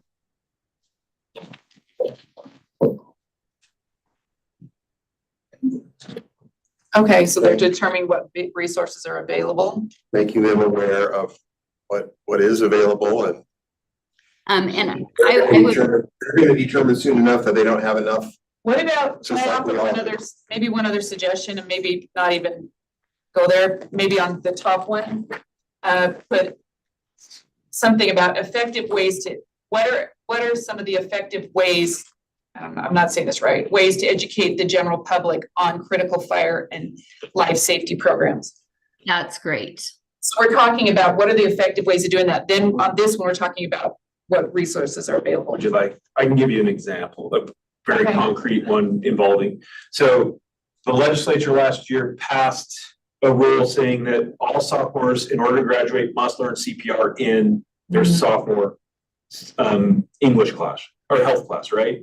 And so I took that and I adopted it. I brought the fire department into it because I felt like the fire department meeting those instructions inside of Jordan School District was much more effective because of the position we hold. And we've been going out to teach those. Well, that takes resources in dollars for the teachers.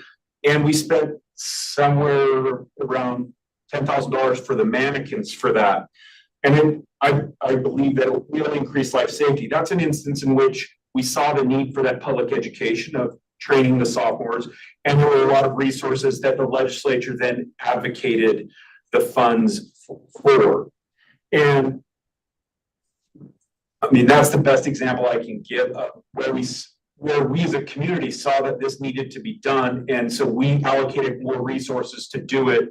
And I believe our community within Utah will benefit from this. These are the types of things we're talking. Oh, that's something I think belongs at the professional level, not the student level. The professionals can advocate and lobby for things all they want, but not the students. That is not their role, and they should not be used as foot soldiers for the national firefighters initiatives. So Jenny, I don't know that she got your language down that you said before, but I don't. Can I just want to ask this question. Can we go back to standard one and just change it to something completely new?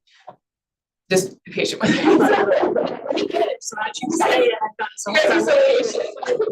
Just, so you're not gonna combine. I'm not thinking, resources we'll address down here, but it would say something like, what are some of the effective ways used to educate the general public on critical fire and life safety programs? Answer the question. Oh, don't ask a question. Would it be better to say identify? Identify effective ways. So the first one is effective ways of doing it, because we know what works, what doesn't work. Then the next one would be And the resources. so the way I teach it in the class, and like, we're gonna do this next week if you want. We have a preschool inside of our school. And so my students have been broken into groups and assigned to give a mock station tour to the preschool kids. And the fire engine will be there and they're gonna give a mock tour of the fire engine because, and I agree with Member Klein on this, that I don't want them out advocating because it shouldn't do anything because they don't have the expertise to do it. But I want them, and so the intent for this, for me, is I want the students to be able to inform the public in an engaging way about fire safety. And so they must include a fire safety message when they're doing these mock interviews to the preschool kids. That's what this standard looks like in my class. Is I want them to be able to speak and get onto whatever level there is, and that's how it looks. Get your full amendment that goes along with that. Identify effective ways Effective ways to educate the general public. What was it? About critical fire and life safety program. Does that accomplish that? Mhm. Okay, and then I would not add the comment down below. It'd just be describe available resources for educating the general public in relation to fire and safety, because it addresses what's available, what's not, right? I mean, you're gonna get that in there. So Is it possible to remove life and just keep fire and safety programs? Life safety is specific to the National Firefighters Initiatives. They have their 16 life Yeah, but safety initiatives. correct me if I'm wrong, but you do the life safety because, I mean, even with the CPR training, right? Well, all Is of that this, considered fire safety or life safety? It's still well, the preschool kids are working on escape plans, and that's a life safety initiative is for these preschool kids to know, like, I'm gonna go meet my family at this landmark. If there's a fire or if there's danger, I'm gonna get out and do, or I'm going to shut the door and I'm gonna go do this. Forming a plan. And so sometimes sometimes it has to do with fire, sometimes it doesn't, like buckling your seatbelt or securing, when we talk about securing car seats in a car, that's life safety stuff, right? It still It's impacts still fire. safety. Extricate somebody. It doesn't need to say life safety, safety. I'm fine with it being life safety. Your concern is that that language is written in some national standards, and so you're concerned that if we put it there, that it means something other than life safety? The National Firefighters website has their list of 16 life safety initiatives. So when it talks about life safety programs, that's the initiatives.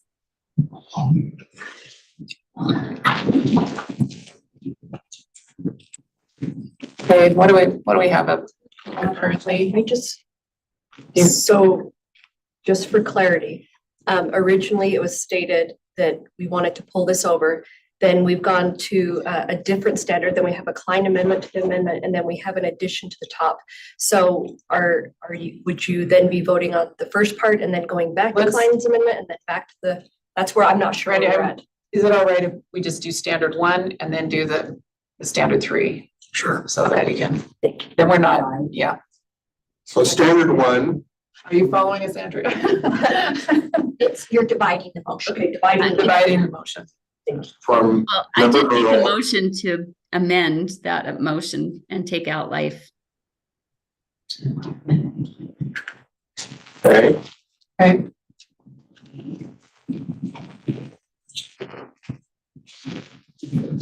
So what first?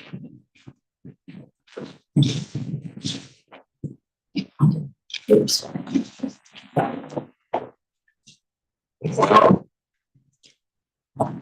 so we have a client motion to amend standard 1, taking out life, right?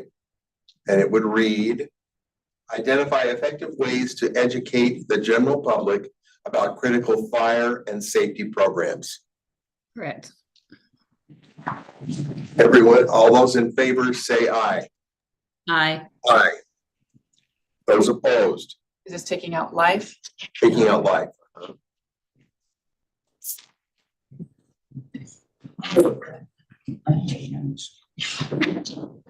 So all those in favor say aye.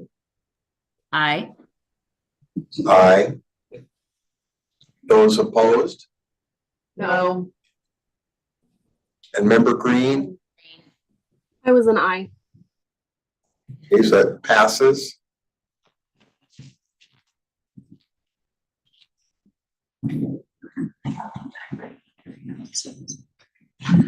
Okay, now we're going to do what? So then standard one, so it would be identify effective ways to educate the general public about critical fire and safety programs. Okay, Right. and we just voted on that with member Klein, so that's what it says right now. Well, we took out life, So that's done. so now we vote. So we vote to accept standard one now. Yes. All in favor, say aye. Aye. Aye. Those opposed? And so then standard three, the way I have it is describe available resources for educating the general public in relation to fire and life safety. What did we call it in the previous one? So it probably needs to just be safety then. Because we've already voted on that. Yeah. So I just wanted to double check. So in Klein's motion, You were passed, voting to just take out the word life, and and then you were voting for the whole thing. For the She all voted for standard the one, amendment all to the amend. standard, Oh, but all the way standard, without okay. life. Without life, you did amendment to amend, and then you did the whole amendment as it perfect, stood. thank you. Okay. So are we on standard three now? Did we end up with it having a life in it? No. No life, there's no. So it's probably wise to just take it out here too then. So describe available resources for educating the general public in relation to fire and safety and I not the question at the end. I had made an amendment to the amendment, so I think we're on mine. Okay. Yeah. So available resources for Resources for educating general. educating the general public. Period.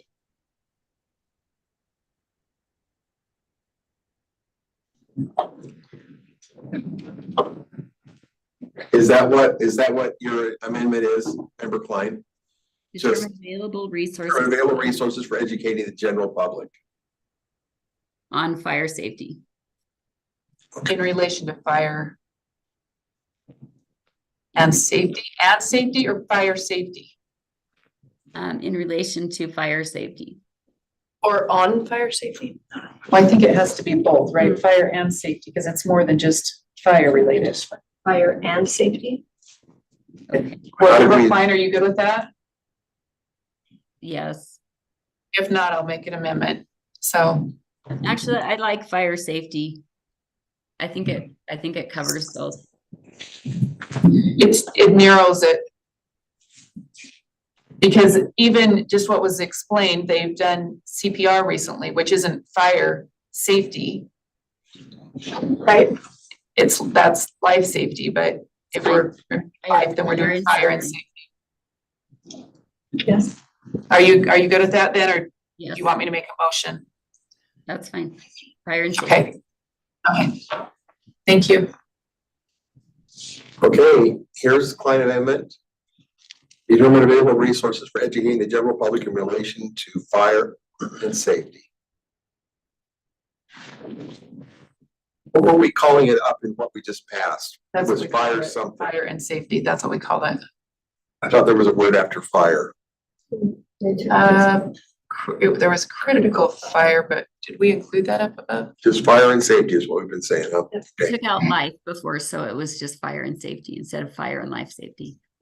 Okay, all right. Great. So this is our Amendment to. amendment to the amendment. Is there any discussion? Seeing none, let's vote. Those in favor, say aye. Aye. Aye. Aye. Okay, I'd like to make some amendments to 13. Do we have to go back to the original amendment? No. I don't think so. Are we good? Technically you do, but you're voting for the same thing again. So if you just, for the sake of moving on, you want Okay. Do you want to vote again or just move on? to. We can vote one more time on that same thing. I would love to just move on unless it's more, if we ought to be doing it. Board member, I mean, you can call as the chair.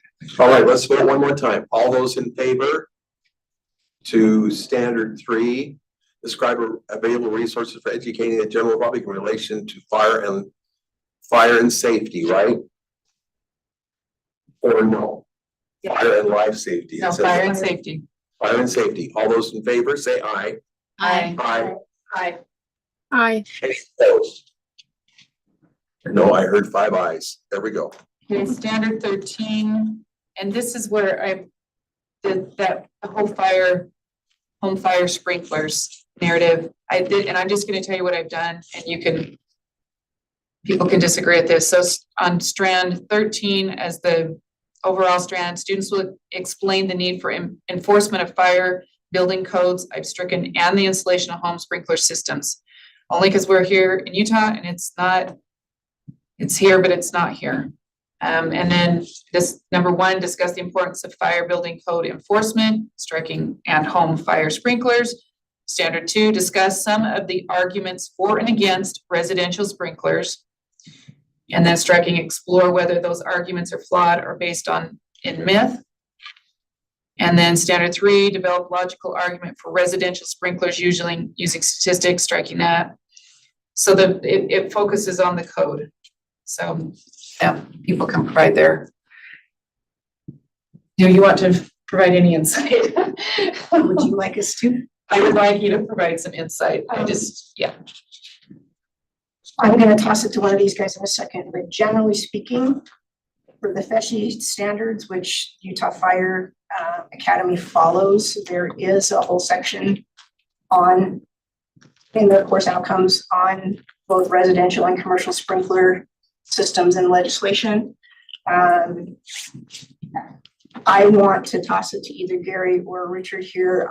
My concern is if we take that out, it will take us out of compliance with Even with national still requirements. So that's including, why I want to ask them. yeah, and still including the for and against part of it, so they're looking at the, We do want them to look at okay, both sides, and like the fire marshal at the beginning said, there are Yeah. municipalities that do have that in our code currently. So Okay. our students need to be aware, if that makes sense. So Gary or Richard, do you want to Rick- speak? Rick- Richard, you're there in person. Give it a shot. Richard, share with us.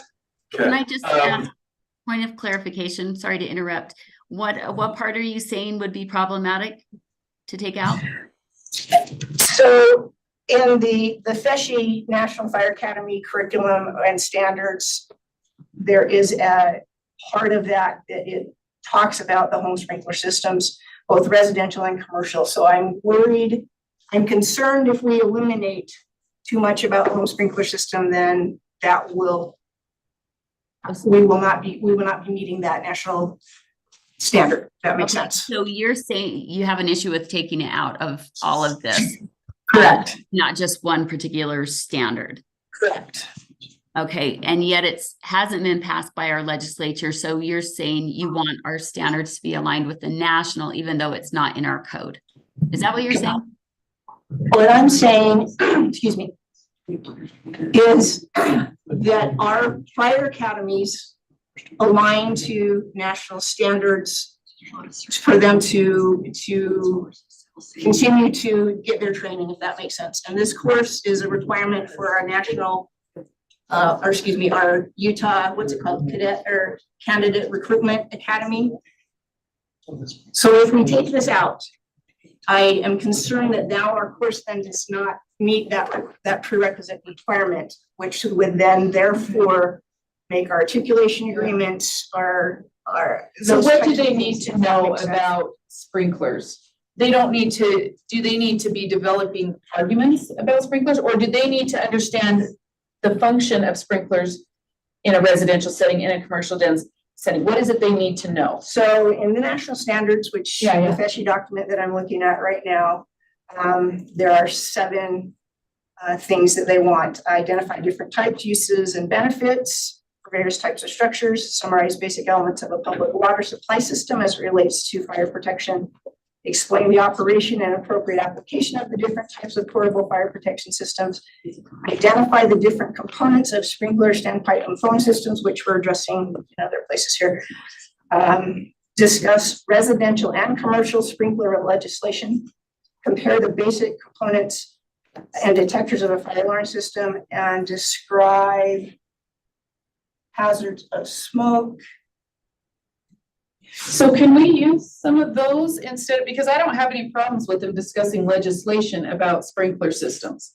But what we have here is explore whether these arguments are flawed and based on myth, then we have developed logical arguments for residential. So I think like Board Member Klein saying, it's becoming an advocacy instead of, let's talk about what's the key things that need to be talked about. Let's write those pieces there. I think the things you addressed were, what are the components of a sprinkler system, right? What do those look like? What kind of structures have those? Do they need that in this class? I'm going to through, if it's okay, I'm gonna come to Gary because this is again part of the concurrent enrollment piece. This is the part of the concurrent enrollment piece, which is part of this program. So Gary, you want to address? Okay, This- all right. Richard's this passing strand. passing the buck. Okay. Never got sent over here. Or Yeah. either of you, because we're trying to make sure we align with your concurrent enrollment as well as the Utah Fire Academy requirements. Right. I get it. Board Member Klein's familiar with the 16 initiatives. This is the 15th initiative, which references specifically home sprinkler systems. Home sprinkler systems, it's data driven. It reduces firefighter responses and subsequent injuries and fatalities. It just is what it is. You guys are probably familiar that 75 to 80% of the state in Utah and elsewhere in the nation are protected by volunteer fire departments. These systems save lives by extinguishing fires in the incipient stage, hence fewer responses and especially putting our volunteer force at risk. I have seen it in action. I have seen them save lives, and it kind of is what it is. And that's what that 15th initiative is. So however we phrase that, it's going to be very difficult to strike anything that's got to do with home sprinkler systems. Call it advocacy, call it pushing, call it an initiative, call it whatever it is. Advocacy is actually used as the 15th initiative. That's a verbatim word right there. So, it just is what it is. So if it is to be stricken, that is problematic. May I comment? Please do. All right. Our legislature has not passed this. I do not think our legislature is funding our public education system in order that the public education system can help do an end run around them in order to get national things passed in order to count the class. We cannot be circumventing the legislature in this just because there's a national standard that an organization in Utah has aligned to. They do not trump the legislature. And the fact that we have just kicked the legislature to the curb, that is not the proper role of schools. We have a process, we have a government system, we have a process to get things like this passed into law. And this speaks back to what I was saying before about this is how we cede our state sovereignty. And that is, I think the legislature would be appalled if they were listening to this conversation right now about how we're trying to get kids to help do an end run around them in order to push a national firefighter agenda. It's just why, honestly. I see this as trying to find clarity as to what is required in terms of standards in this course in order for the course to receive national approval and acceptance for our students who may be choosing to follow this career path and will not want to have to take the course again or not have this course count towards their being able to enter higher education or further training because they were missing a big component of what should be covered in the course. I don't see it as an end run. We're not advocating for something that the legislature has not put into law. We are simply trying to provide our students with the knowledge base that will allow them to continue moving through their pathway to eventual employment as a professional firefighter or a professional safety officer. And so I just want us to, what we're teaching, the standards that we're going to include here need to qualify them with the alignments with national requirements, because we can't change requirements in terms of what a student We has not to know. adopt the national standards, and then we're not beholden to them. This is reverse engineering, and so many things are being put in this way where they're just Natalie, you're not practice, listening. and You are then not listening. Thank you very much. I understand your position. But I wish you would understand what I just tried to carefully articulate. But perhaps that's not possible. So, Board Member Earl, have you been able to determine what Just a you couple of things, and just to speak to this, there are counties that do require the sprinkler systems that, even though our legislature hasn't. So I'm not sure. I'm trying to still figure out that balance. Because I feel like there's probably better language that this could be, that would talk about the sprinkler systems and what the benefit that, I mean, like you're saying, that it does cut down on certain things. I'm not sure the language is there yet. I wish I had it. So I don't know if there's a way to strand 13, if we can maybe delay, so we can carry on some discussion with what the requirements are, to make sure we're meeting requirements, but it's maybe more in the form of not so much advocacy as much as education around what the statistics are and what the research And is how they're saying. used. Yeah, how they're I'd used. be all for I that. have some ideas on here, just a couple words that we could put in it that would balance it all out. I If we do could- have a question too.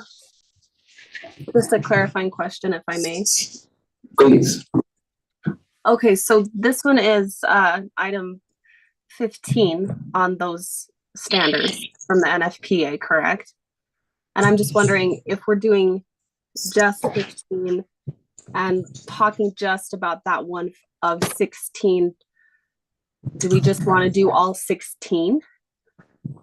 And if not doing all 16, why just the 15th? Anyone? Can someone help me with that that's in the field? I don't understand your question. This course, and if you look at the course description, it's specific to the 16 initiatives that are not standards. They're initiatives. So this course is tailored towards the 16 initiatives, correct? It is tailored towards the 16 life safety initiatives that have been adopted, if you will, by FESHE. the political initiative. You Okay, can call them political, you can call them self-driven, call them whatever. It is what it is. It's been adopted at the national level. okay. And thank you for clarifying that. And then so we felt like this specific strand that focuses specifically on initiative 15 was important enough to dedicate an entire strand to. Is that correct? We tried to, I tried to, with my input on the committee, have a strand for each one of the initiatives. If we've missed one of those strands, let me know, but I think we've hit, or one of those initiatives, I think we've hit them. What did we leave out, Richard? We left off grant support because we felt like grant support was exactly what Member Klein is saying, like it's not appropriate for high school students, but we'd still maintain the 80% ratio by omitting the grants writing.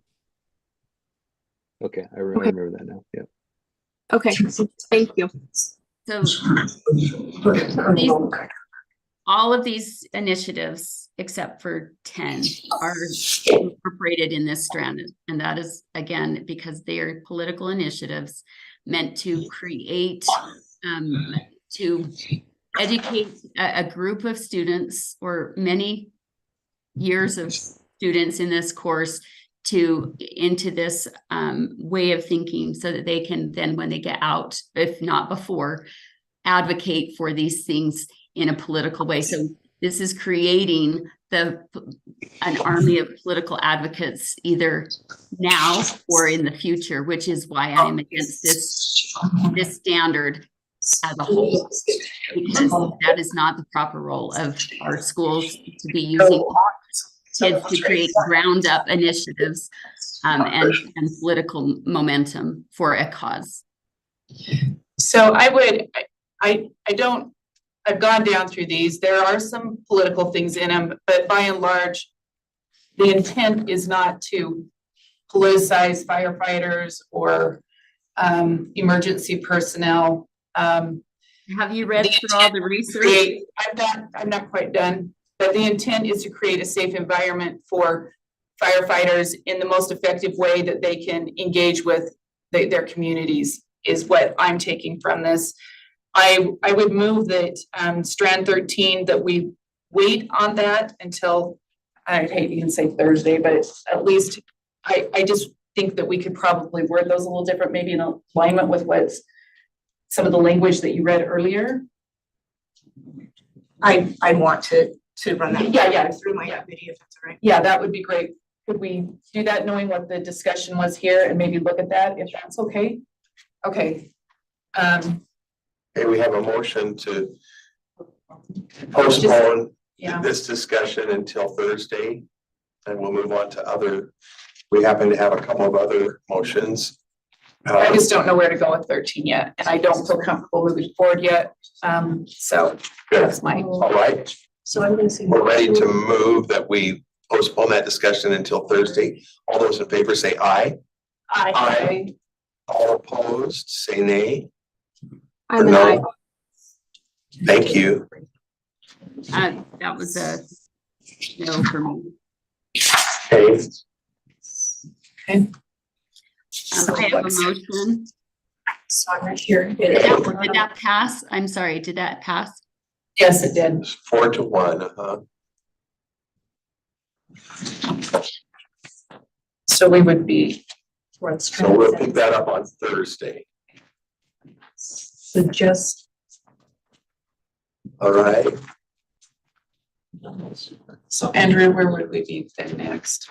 So is that the last one of that, or do you wanna, these performance skills, are we talking about those, or are we gonna postpone the rest of Well, the the? performance skill would be in relationship to. Okay, so then we would be on fire science and fire behavior and combustion. It doesn't have anything to it's not directly, I mean, it is related to an initiative, but not specifically to home screen, but if that makes sense. Okay. Actually go to the performance skill, yeah. So do you guys wanna, are we going to fire science and fire behavior and combustion? If everything to do with sprinklers is standard strand 13. Correct. If you want to then just start on the performance skill. Which has to do with the Sprinklers, okay, if you want to go to the next performance skill.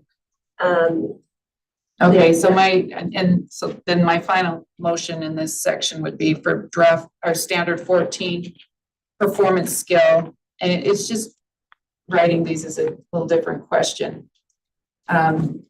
Just so it's clear. Let's see, locate the USFA Emergency Vehicle Safety Initiative study, read the study and its contained documents. Write in detail the following: what prompted the creation of the emergency vehicle safety initiatives, and what might a fire department use? How might a fire department use the emergency vehicle initiatives? So it's what prompted the creation, and then how might a fire department use the vehicle? Can somebody explain to us what the emergency vehicle initiatives is? I could give you just a little synopsis. You guys can, one of these individuals could add to it. Just when I had read down, I didn't go through the whole thing, but it gives case studies of problems. For example, someone who's not trained on a larger fire truck and it takes a curve wrong, or individuals that aren't trained. So what it's doing is it's putting where there's problems related to vehicles, and it's trying to create some discussion around how to prevent injury or death associated with those. So it's specific to vehicle safety when they have to go to incidences, whether it's on a freeway or intersection, whatever those situations are. It helps to create some discussion around what the best methodology or what kind of case studies have happened that would help to improve. So. And I don't know if you want to add anything else, or is that pretty much, that's what I gathered from reading it. I didn't get all the way through, but I got most of the way. I would move to strike this, the performance. Well, no. Maybe we should take it. Strike the word performance. This was her original. Just strike this section. She's Oh, suggesting. this whole section. Right. Louise is on my phone. She's listening. We have a motion to strike. What's going on? Since this is one of the performance skills, does the rewording that Member Earl recommended still work for the alignment? Yes. Yeah. I think so, because it talks about Yeah. why it's Okay, created. I'm just double checking. Yeah, I know you're on that concurrent enrollment piece. Thank you. So now you need to Okay, so vote we can on vote. striking. Okay, so we can vote on Board Member Klein's motion to strike the whole section. All those in favor, say aye. Aye. Those opposed, say no. No. Okay, you can move, if you want to move the motion. Okay, and now we have Vice Chair Earl's motion. Locate the USFA Emergency Vehicle Safety Initiative Study, read the study and its contained documents. Write in detail the following: what prompted the creation of the emergency vehicle safety initiatives? How might a fire department use the emergency vehicle initiatives?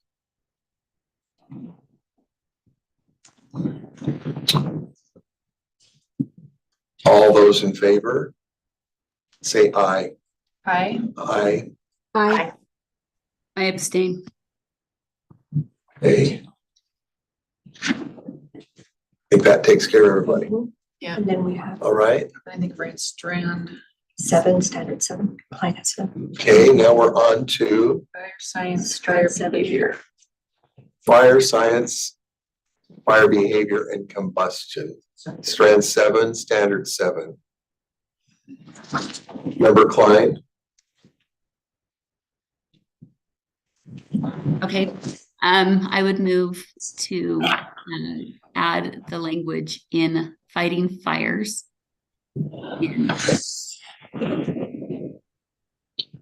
So that it reads, indicate the difference between direct, indirect, and combination attack methods in fighting fires in their application in wildland fire tactics.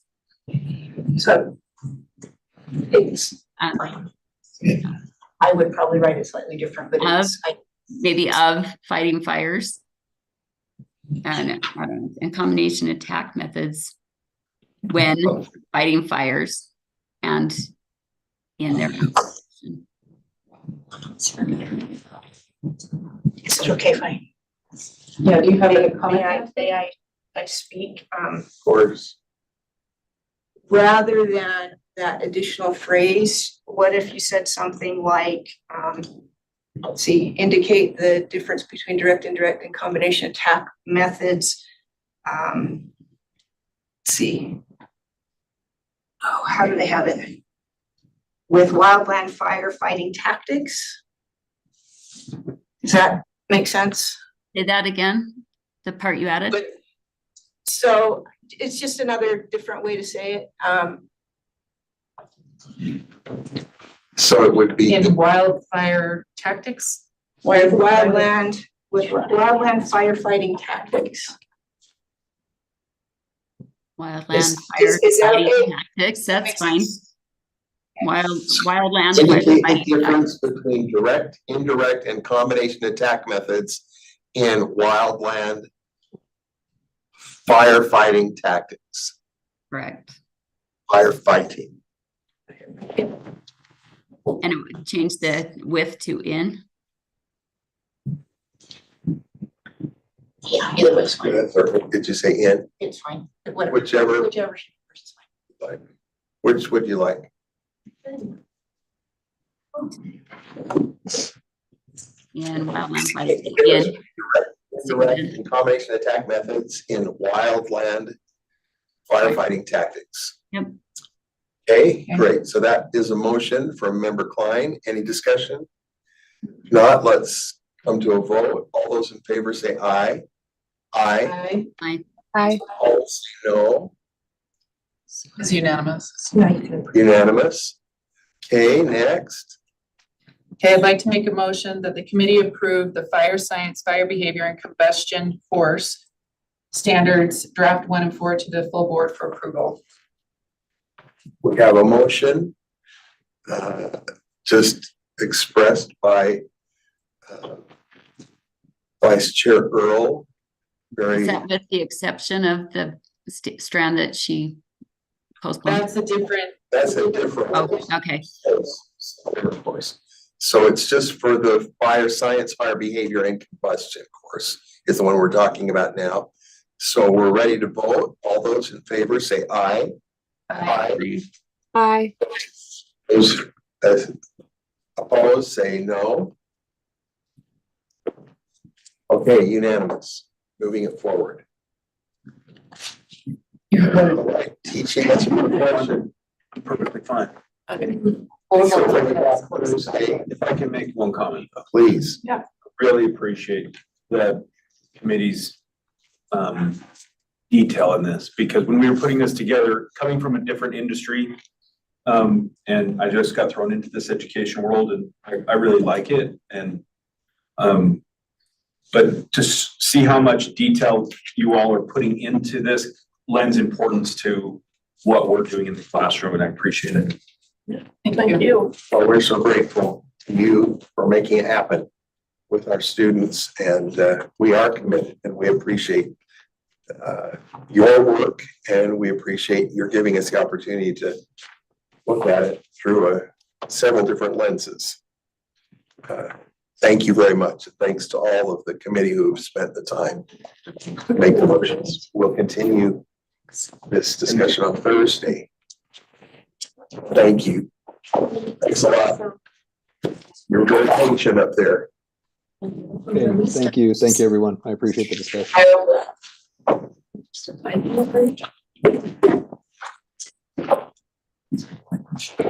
Just a quick little break. Online, we're taking about a 5-minute break. So just, so you know. So the next one, Are we going to the teaching as a profession one next? okay. I think so. Yeah. That's what Patty Okay. said. Yep, teaching as a profession. Teaching as a professional will be next in just about 5 minutes. We're taking a quick bathroom break. Okay. Okay, so then we'll just sail. All these good ideas. Is there anything else? 13 is in there.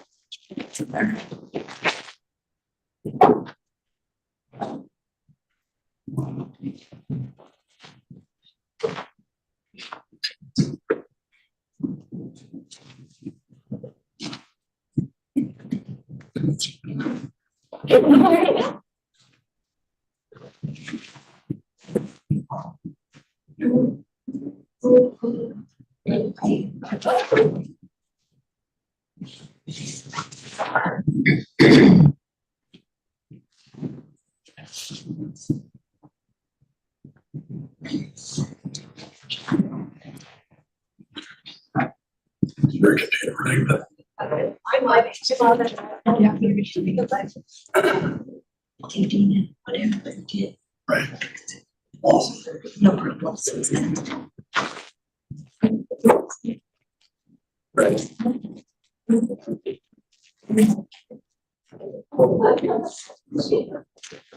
We started it by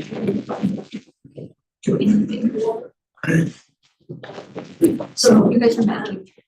Just so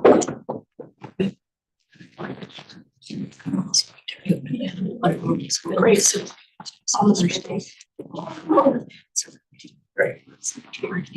we have just, we have we rewrite the next candidates, which is claims, and then we have kind of a lot with girls. So I don't know how to, so entering the group, I'm wondering, we go through all the claims, or do we just, how do we mesh these two?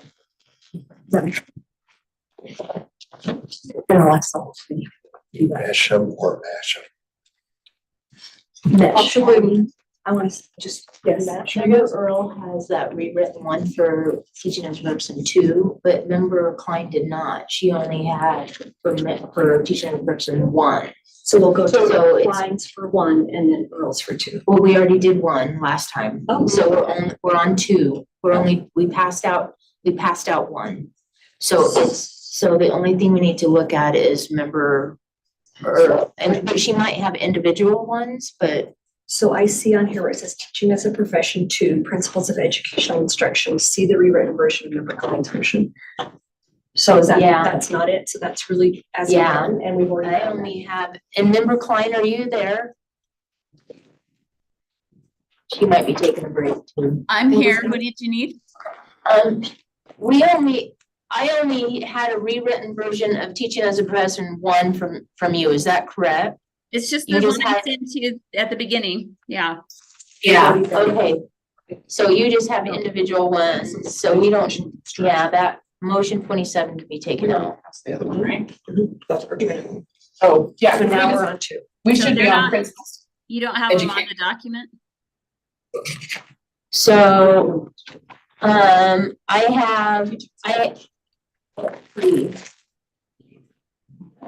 I don't have individual amendments for you for teaching as a profession 2.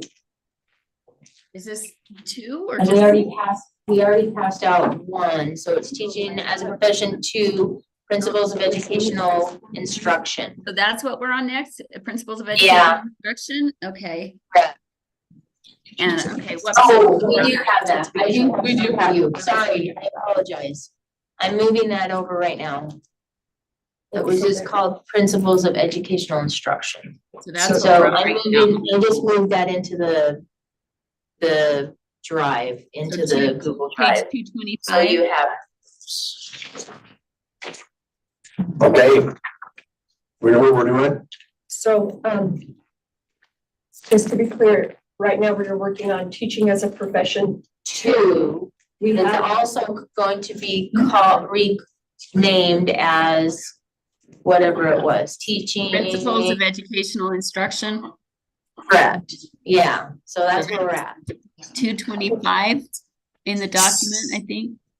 so as a committee, What page, I don't know what page on the It's original document. 225 on, so you'll need to decide. what you're gonna So do. which one are we on again? So teaching as a profession 2, or it's also called principles of educational instruction, that's where we're at. Okay, that's why I was Do confused. you want to do yours first and then go to the clients, or do you want to go there? Now, we'll probably just have to go down through them, because I'm probably So overlapping. they're not put in that same spreadsheet because it's a complete rewrite of the, so that's what, so we'll go through, is that, so just let us know which document you'd like for us to show. if you Great. want, are you asking me? Yes, uh-huh. If you want to just show the document that she put up of mine and we can just go through that and then. Is that right? But Jenny has Probably one be also, easier. remember Earl has a rewritten document also, so. Is there a way to, I don't know if there's a way to split the screen and put them, because some of them are, Not on the screen. okay. I don't know. I don't think there's a way to split the screen. Is there, can you split the screen, Elise? I don't know. Oh, Elise can on her Zoom. Yeah, on the Zoom. You can just pull one to the side and one to the side. Are there printed So copies for people in the room? I have a printed copy of mine. Yeah, Elise, if Don't you have just go, yeah, and then also have, Those are not. the and ones you that- also go to board member Earl's in the Google Drive as well. Principles of education. It's called FY 24 teaching as a profession, that one? Yes, Or I will look. teaching. I'm looking them up, but this, does a split screen work? Yes. Yeah. Yes. Would be But helpful. that's not Alright. right. I don't know that Yeah. I have the teaching as a profession. So in the Google Drive, it's called FY 24 underscore. That one's meant for Earls, I believe. Sorry, moving things around. You are doing great, Elise. I like how that says Standard 3. I think we could write a song about that, stand around. It's standard and strands together, Oh. Standard. It's really good. Yeah, it's called Stranders. Stranders.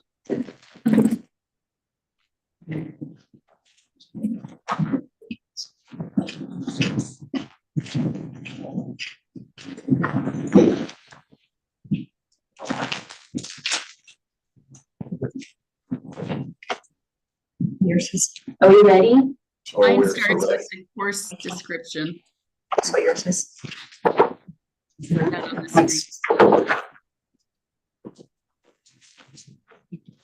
Elise, you have the right, there we probably go, that's. And then we have a different CTE coordinator this one as well, correct? Ashley? Ashley, are you on? She's on, she's online, but I am. I'm ready to party. Right? Great. Okay, are we ready now? I only see mine, not member Earls. I don't know either, but. Oh, I don't know if we can do 3 documents though. I think we can Do we just, need the one? All right, we'll just have to. we'll do 2. I will be working in the motions document. Okay, Does that work? And then with but the then it's motions. not on screen for people to see. Okay, so will committee members just look at theirs and then we'll just keep the motion document up? That How might about that? work. Okay. The second document she has is the teaching of profession one, which has already been approved. It should say Principles of education. Yeah. I can email it to you too if that's quick. Yeah, if you could, I don't see it in the folder. Maybe I'm just too many screens open. I'm just gonna forward the, let's see here. Actually, if you can send it to me too, that'd be great. Absolutely. Anyone Thank else you. like it? Are you gonna put up Jenny's on the screen? They're trying. They're just getting an email. And just make sure it should be the second document that's attached that says FY 24 teaching as a profession 2, and then in parentheses version 2. If you could send it to me too, that'd be great. Yep, I can do that. Thank you. Okay, and I'm in the motions Just send it document. to So all of us. back and forth.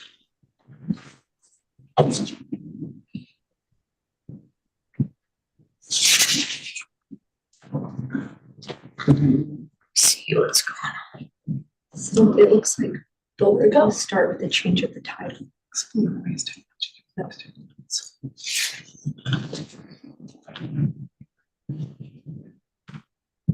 Okay, does this look correct?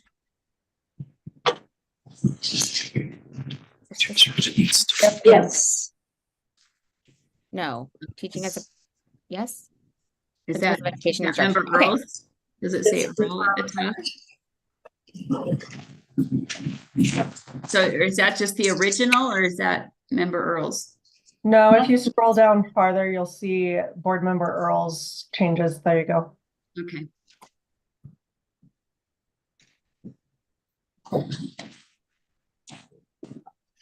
Okay, So, so how should we begin? With member Klein? sure, I would make a motion to amend the course description to read as follows.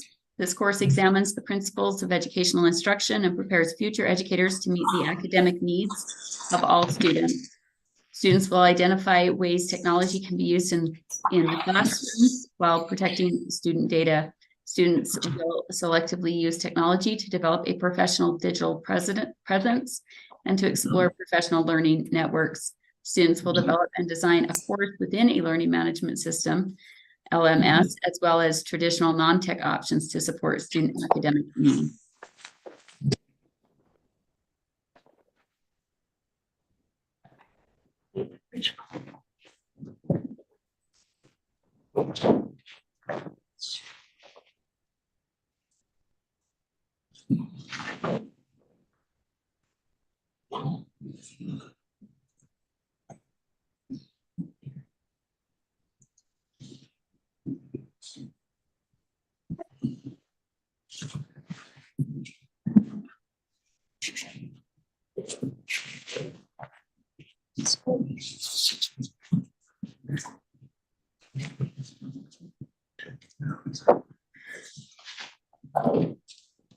Okay, Randy, are you reading it? Sorry.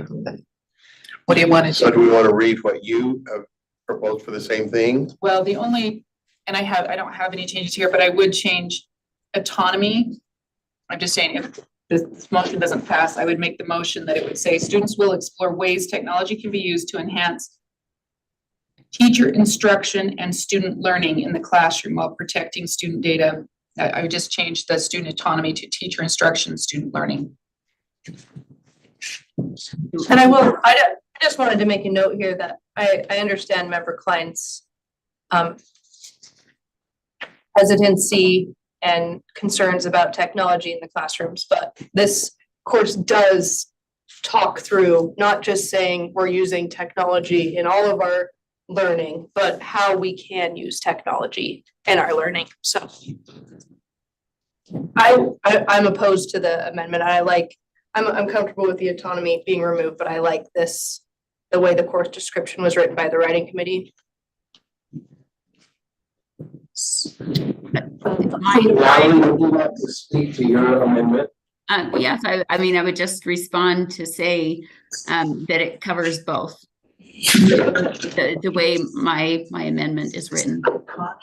And it covers both aspects of the classroom, both digital and non-digital. Enhance student students will explore ways technology can be used. Any discussion or concerns that you'd like to bring up before we move to a vote? Yeah. Okay. Member Green, are you all right?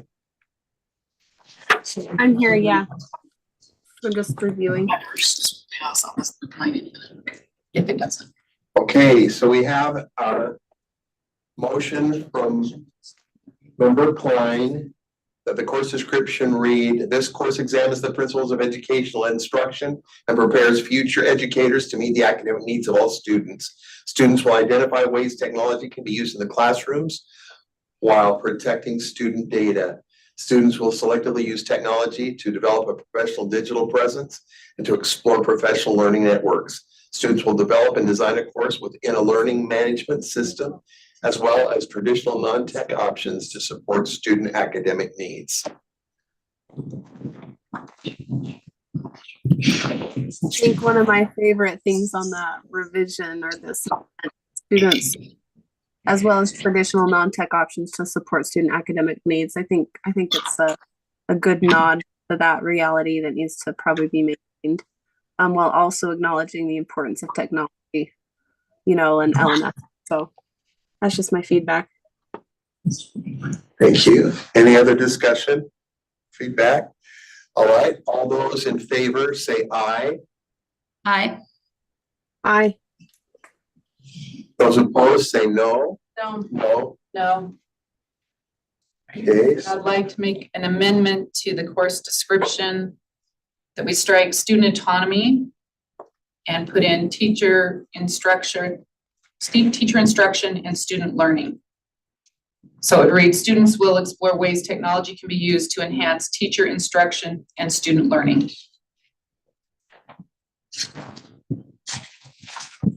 Enhance student instruction. No, to enhance what? Teacher instruction. Teacher instruction and student learning. And it would strike student or autonomy. students. in the classroom.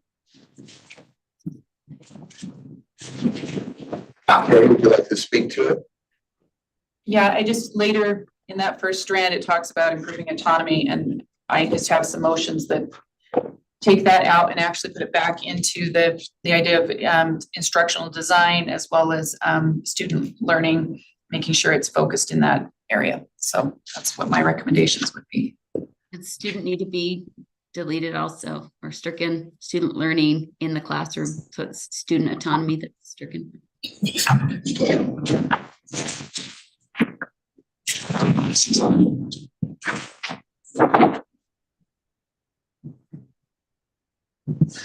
Yeah, that's, So did you respond to her question? I'm They sorry. fixed it. She said Yeah, you they need just to delete in the classroom. So it would be enhanced teacher instruction and student learning In the classroom. in the classroom? Yeah. Okay. While protecting student data, okay. All right, I like that change. But there are many others that I would make, obviously, in the course description. So Any are further we just discussion? voting on that change or the whole course description? It would be, Well, I would add this to the introduction. So this would be voting on the introduction with this change. So if you have an additional change. I would just amend the amendment to make it so we are voting just on this language, and then we can vote on the. Okay. so without voting on that, let's go ahead and let's vote On the on amendment. on your amendment with that language. Changing that language, which is eliminating student autonomy and inserting teacher instruction and student learning. Right, is that correct? That's correct. All right, all those in favor, say aye. Aye. Yes, yes on those word changes. Okay, great. So now the course description as it is highlighted there, including the new words that were inserted by board member Thurl. All those in favor, say aye. Aye. Those opposed? No, No. Okay, thank you. It's 3-2. The next item from Natalie. okay. If we scroll down on my document there. Next one, keep going. Okay, right there. So strand 1, I moved to strike educational design and improve autonomy in the classroom and add lesson planning and organization and direct teacher instruction.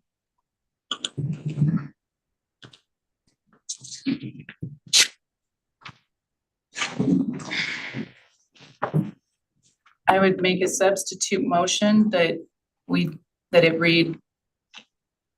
Students will explore and identify the roles of technology to enhance educational design and increase confidence when using technology, and strike improve autonomy in the classroom.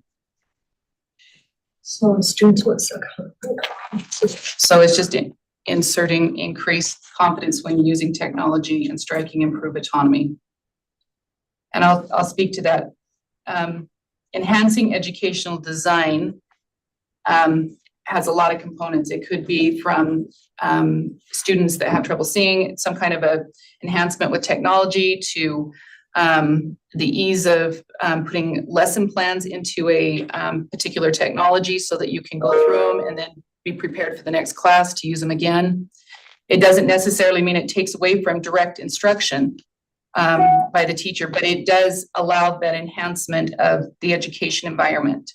So I'm speaking in favor of making sure enhanced instructional design stays in, and then just increasing the confidence when using technology. This is a technology class related to education. So And four. Okay, so I'm gonna read that. So students will explore and identify, Elise, so that you're aware, and those online, I'm also working within the motions document. And so the substitute would be students will explore and identify the roles of technology to enhance educational design and improve instruction. I had increase, but I guess. To increase, no, I'll put it there. Increase confidence Increase confidence when using technology. when using technology in the classroom. Okay.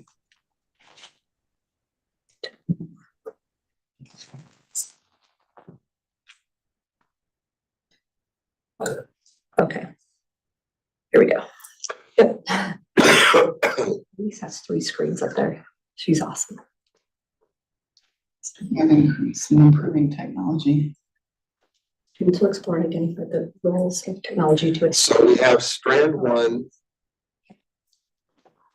As you see highlighted there, students will explore and identify the roles of technology to enhance educational design and increase confidence when using technology in the classroom. So Would you you're like to voting whether speak to that any further? You're voting whether to substitute it, and if it passes, then you have to vote whether you agree with it as the original Oh, motion. so you're That's first why voting it's to two. substitute. Oh, okay, thank you. What was that? You need to vote to substitute first before we vote on any changes. Okay, Okay. we're voting whether or Voting not to you can substitute. Okay, so we need to vote on whether member Earl can substitute. I'm So- sorry. Can I just clarify? It just Yeah. seems like this is not how we normally do it. We don't we vote if we want to if there's a substitute, then people can amend the substitute, right? You have Yeah, to, we have previously been more lax on that, so I don't know. Okay. Okay, so we're voting to see whether or not you can substitute. Right? Whether to adopt this substitute. Whether to adopt the substitute. Oh, so we're in effect approving what we just read. Yes. Okay, whether we can so if adopt this. people want to amend it, then they have to wait till after this vote? Or they No, can you just, can amend, well, before the vote is taken, you can move to amend. So amend now. Amend now, Natalie. I just wanted to make sure that that's what we were clear on the process, yeah. Yes, I agree with you, Board Member Klein. Okay, so you should amend now. Is that right? No, no, right? Yes. Is yours on the right?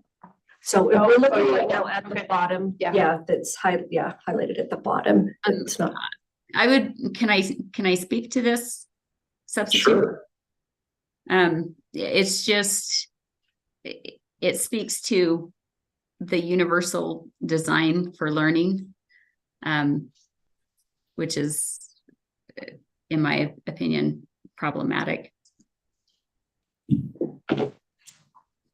That we're framing everything around the universal design for learning for similar reasons, as I mentioned. It's a way of, it's a universal design, which means it's not unique to Utah. We're just standardizing again across jurisdictions, all sorts of standards that will no longer be local standards. Okay.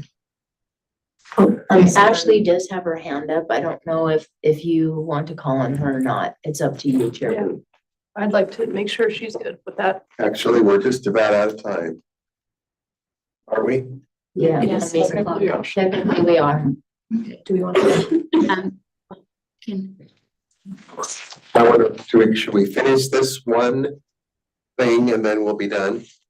So let's hear from Emily. We have a question. Was it Ashley? Ashley, please. Just to address Board Member Klein's concern with regards to educational design, when you look at standard 1 under strand 1, We have defined it as what is the intent behind educational design in creating learning experiences that are effective, engaging, and accessible for all learners. Okay. Creating learning experiences that are effective. That will be a motion I make in a minute, if this passes.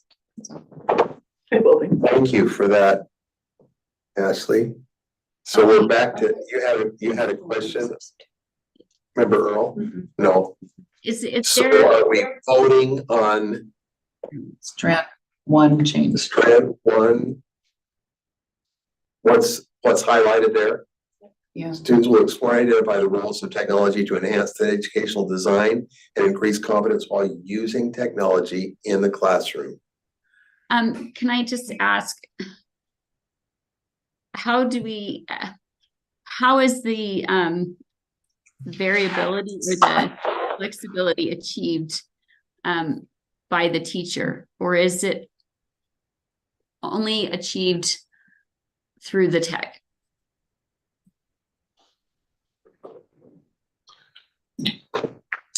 Is that a question for Ashley? Well, it just seems like UDL pushes, a huge importance on variability and differentiation in engagement, representation, and action and expression. They downplay the need to use tech in doing so, but to be successful with universal design of learning, there's really no way you can achieve the expected levels of variability and differentiation without tech. So they began as a tech company and nothing's really changed. That's just, so this is education on tech is what this is, what I'm trying to say. By including enhanced educational design, it makes it strictly about tech in the classroom. It's big, and I just seem to speak a little bit to this because I go into a number of classrooms, that technology is used to be more effective in the teaching. Can it be abused? Yeah, we've seen that, right? I mean, and I'm sure you could give us examples. I could give examples, probably all of us could, of the misuse. And I think that might be what you're speaking to. I'm not sure I'm following you completely. But you're saying when the technology makes the differentiation, right? Or the change instead of the educator being in charge of understanding the differences that are needed in the classroom. Am I understanding what you're saying? Yeah, it turns the teaching over to the tech instead of to a teacher, because the tech is programmed to do the differentiation instead of the teacher. So to me, it appears that this set of standards, when you're doing it, principles of educational instruction, it is moving teachers to facilitators of tech instead of actually being the instructors in the classroom. And that's why I had amended the course description the way I did, so that we keep that human connection and instruction in the classroom instead of teachers being reduced to facilitators of tech that do all of the differentiation and personalization for the student. I don't believe that is a good thing. That could happen, right? And that's why the student autonomy is written in the way it was, because it's all about getting kids to be what they refer to as independent learners, meaning they're on their tech the whole time, and the teacher is simply a resource for them to go to after they've done all their own troubleshooting, if they still need help after that. And it's that personal nature of teaching. Yeah. One of the questions I asked when I was looking at this, because I have concerns with some of the language in here as well, was what is the purpose of this class? Why are we even doing this class? And one of the primary reasons, and maybe Ashley can even speak to this a little bit, is because the reality is kids, meaning those going through the education program, students, need to be aware of the usage of technology and not the abuses, the very things you're talking about. So as we're going through this, if you're seeing there's components put in here, like at the bottom of strand 1, I want to add in, and I think this was a great add, discuss how technology can interfere or create dependency in the learning process. So wanting to make sure we have those protections in there. So if we miss the protections somehow, so it doesn't become technology facilitating and teachers on the back burner. That's why it's enhance education design and not replace education, right? So I'm trying to balance that out, and yet our students that are going into teaching, there are components that they need in order to be successful. Because we are using technology. Right. Everybody is. Inevitable. So So what I like had it. about Member Klein's then is I personally think that Member Klein's does that the way that you just communicated it, because it created 3 specific areas that fortifies a teacher's ability to use and incorporate technology. Lesson planning, it's its own thing. Organization, it's its own thing. Direct teacher instruction, I see that as completely, and what it does is I think it puts that emphasis that the goal of the technology, we would hope, is that teacher can be in front of their classroom, engaging in tech, the videos, the Kahoots, the whatever it is that they want to do, while also being that main focus for the students. And then they can branch out. So I would argue that Klein is able to do that. And it gives very specific ways that technology can integrate into all of these different levels of how a teacher engages in their classroom. Not just give confidence, but it says lesson plan, organization, direct teacher instruction. And the course is principles of educational instruction.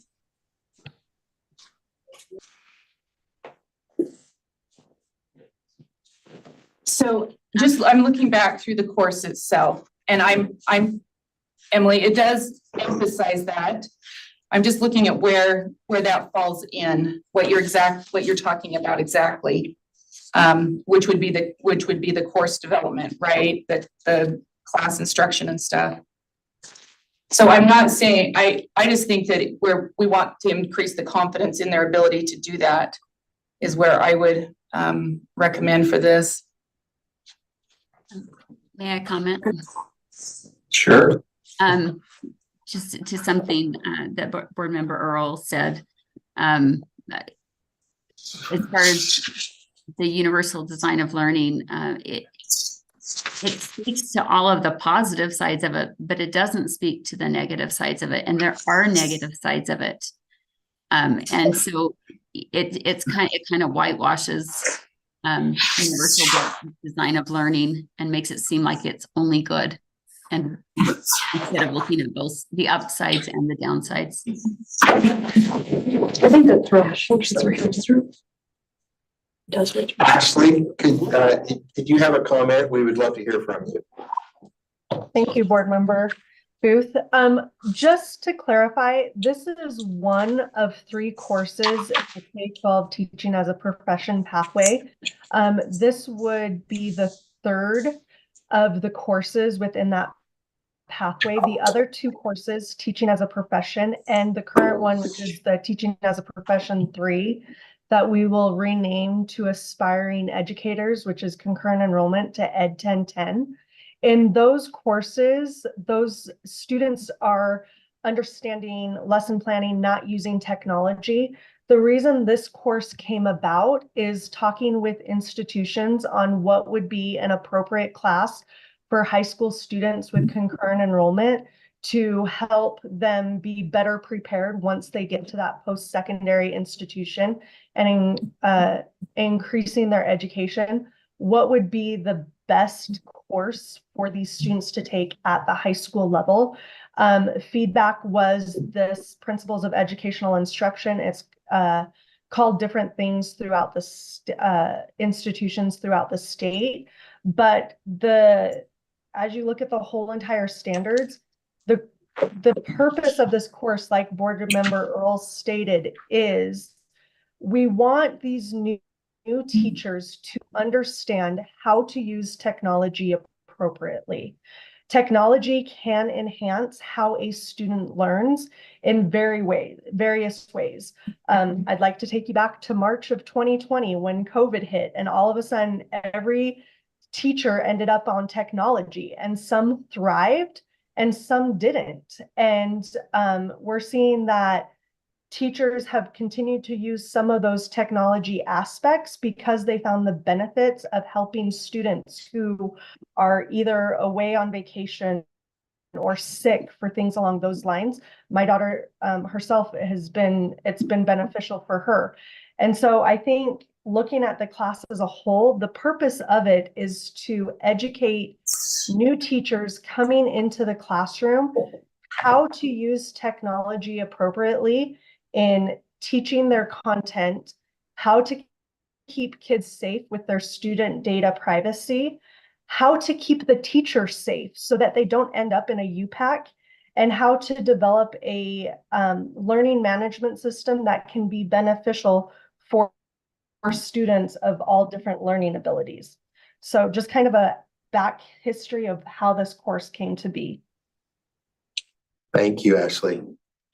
So I think this has been a good discussion of kind of setting the tone, but I don't feel prepared to vote at this moment. And so I would like to adjourn this meeting, and with what we've discussed thus far as kind of the setting or the jumping off place, between now and day after tomorrow, we can dive a little deeper and be prepared to move through Natalie and Jenny's thoughtful consideration of the standards and the course. Appreciate especially that backstory from Ashley as to how this particular, the third of the three courses, came to be and what they might be attempting to accomplish with this course, that it builds upon what they do in the first two courses. And so we'll pick up from here, which is kind of the very beginning, basically, of this consideration when we meet together again in about 48 hours. And so we'll see you then. Until then, have some dinner. Say hi to the family, roommates, whatever you got. Thank you. Thank you very much. Thank you. Thank you. Have a good night. Thanks, everybody. Yeah. Good.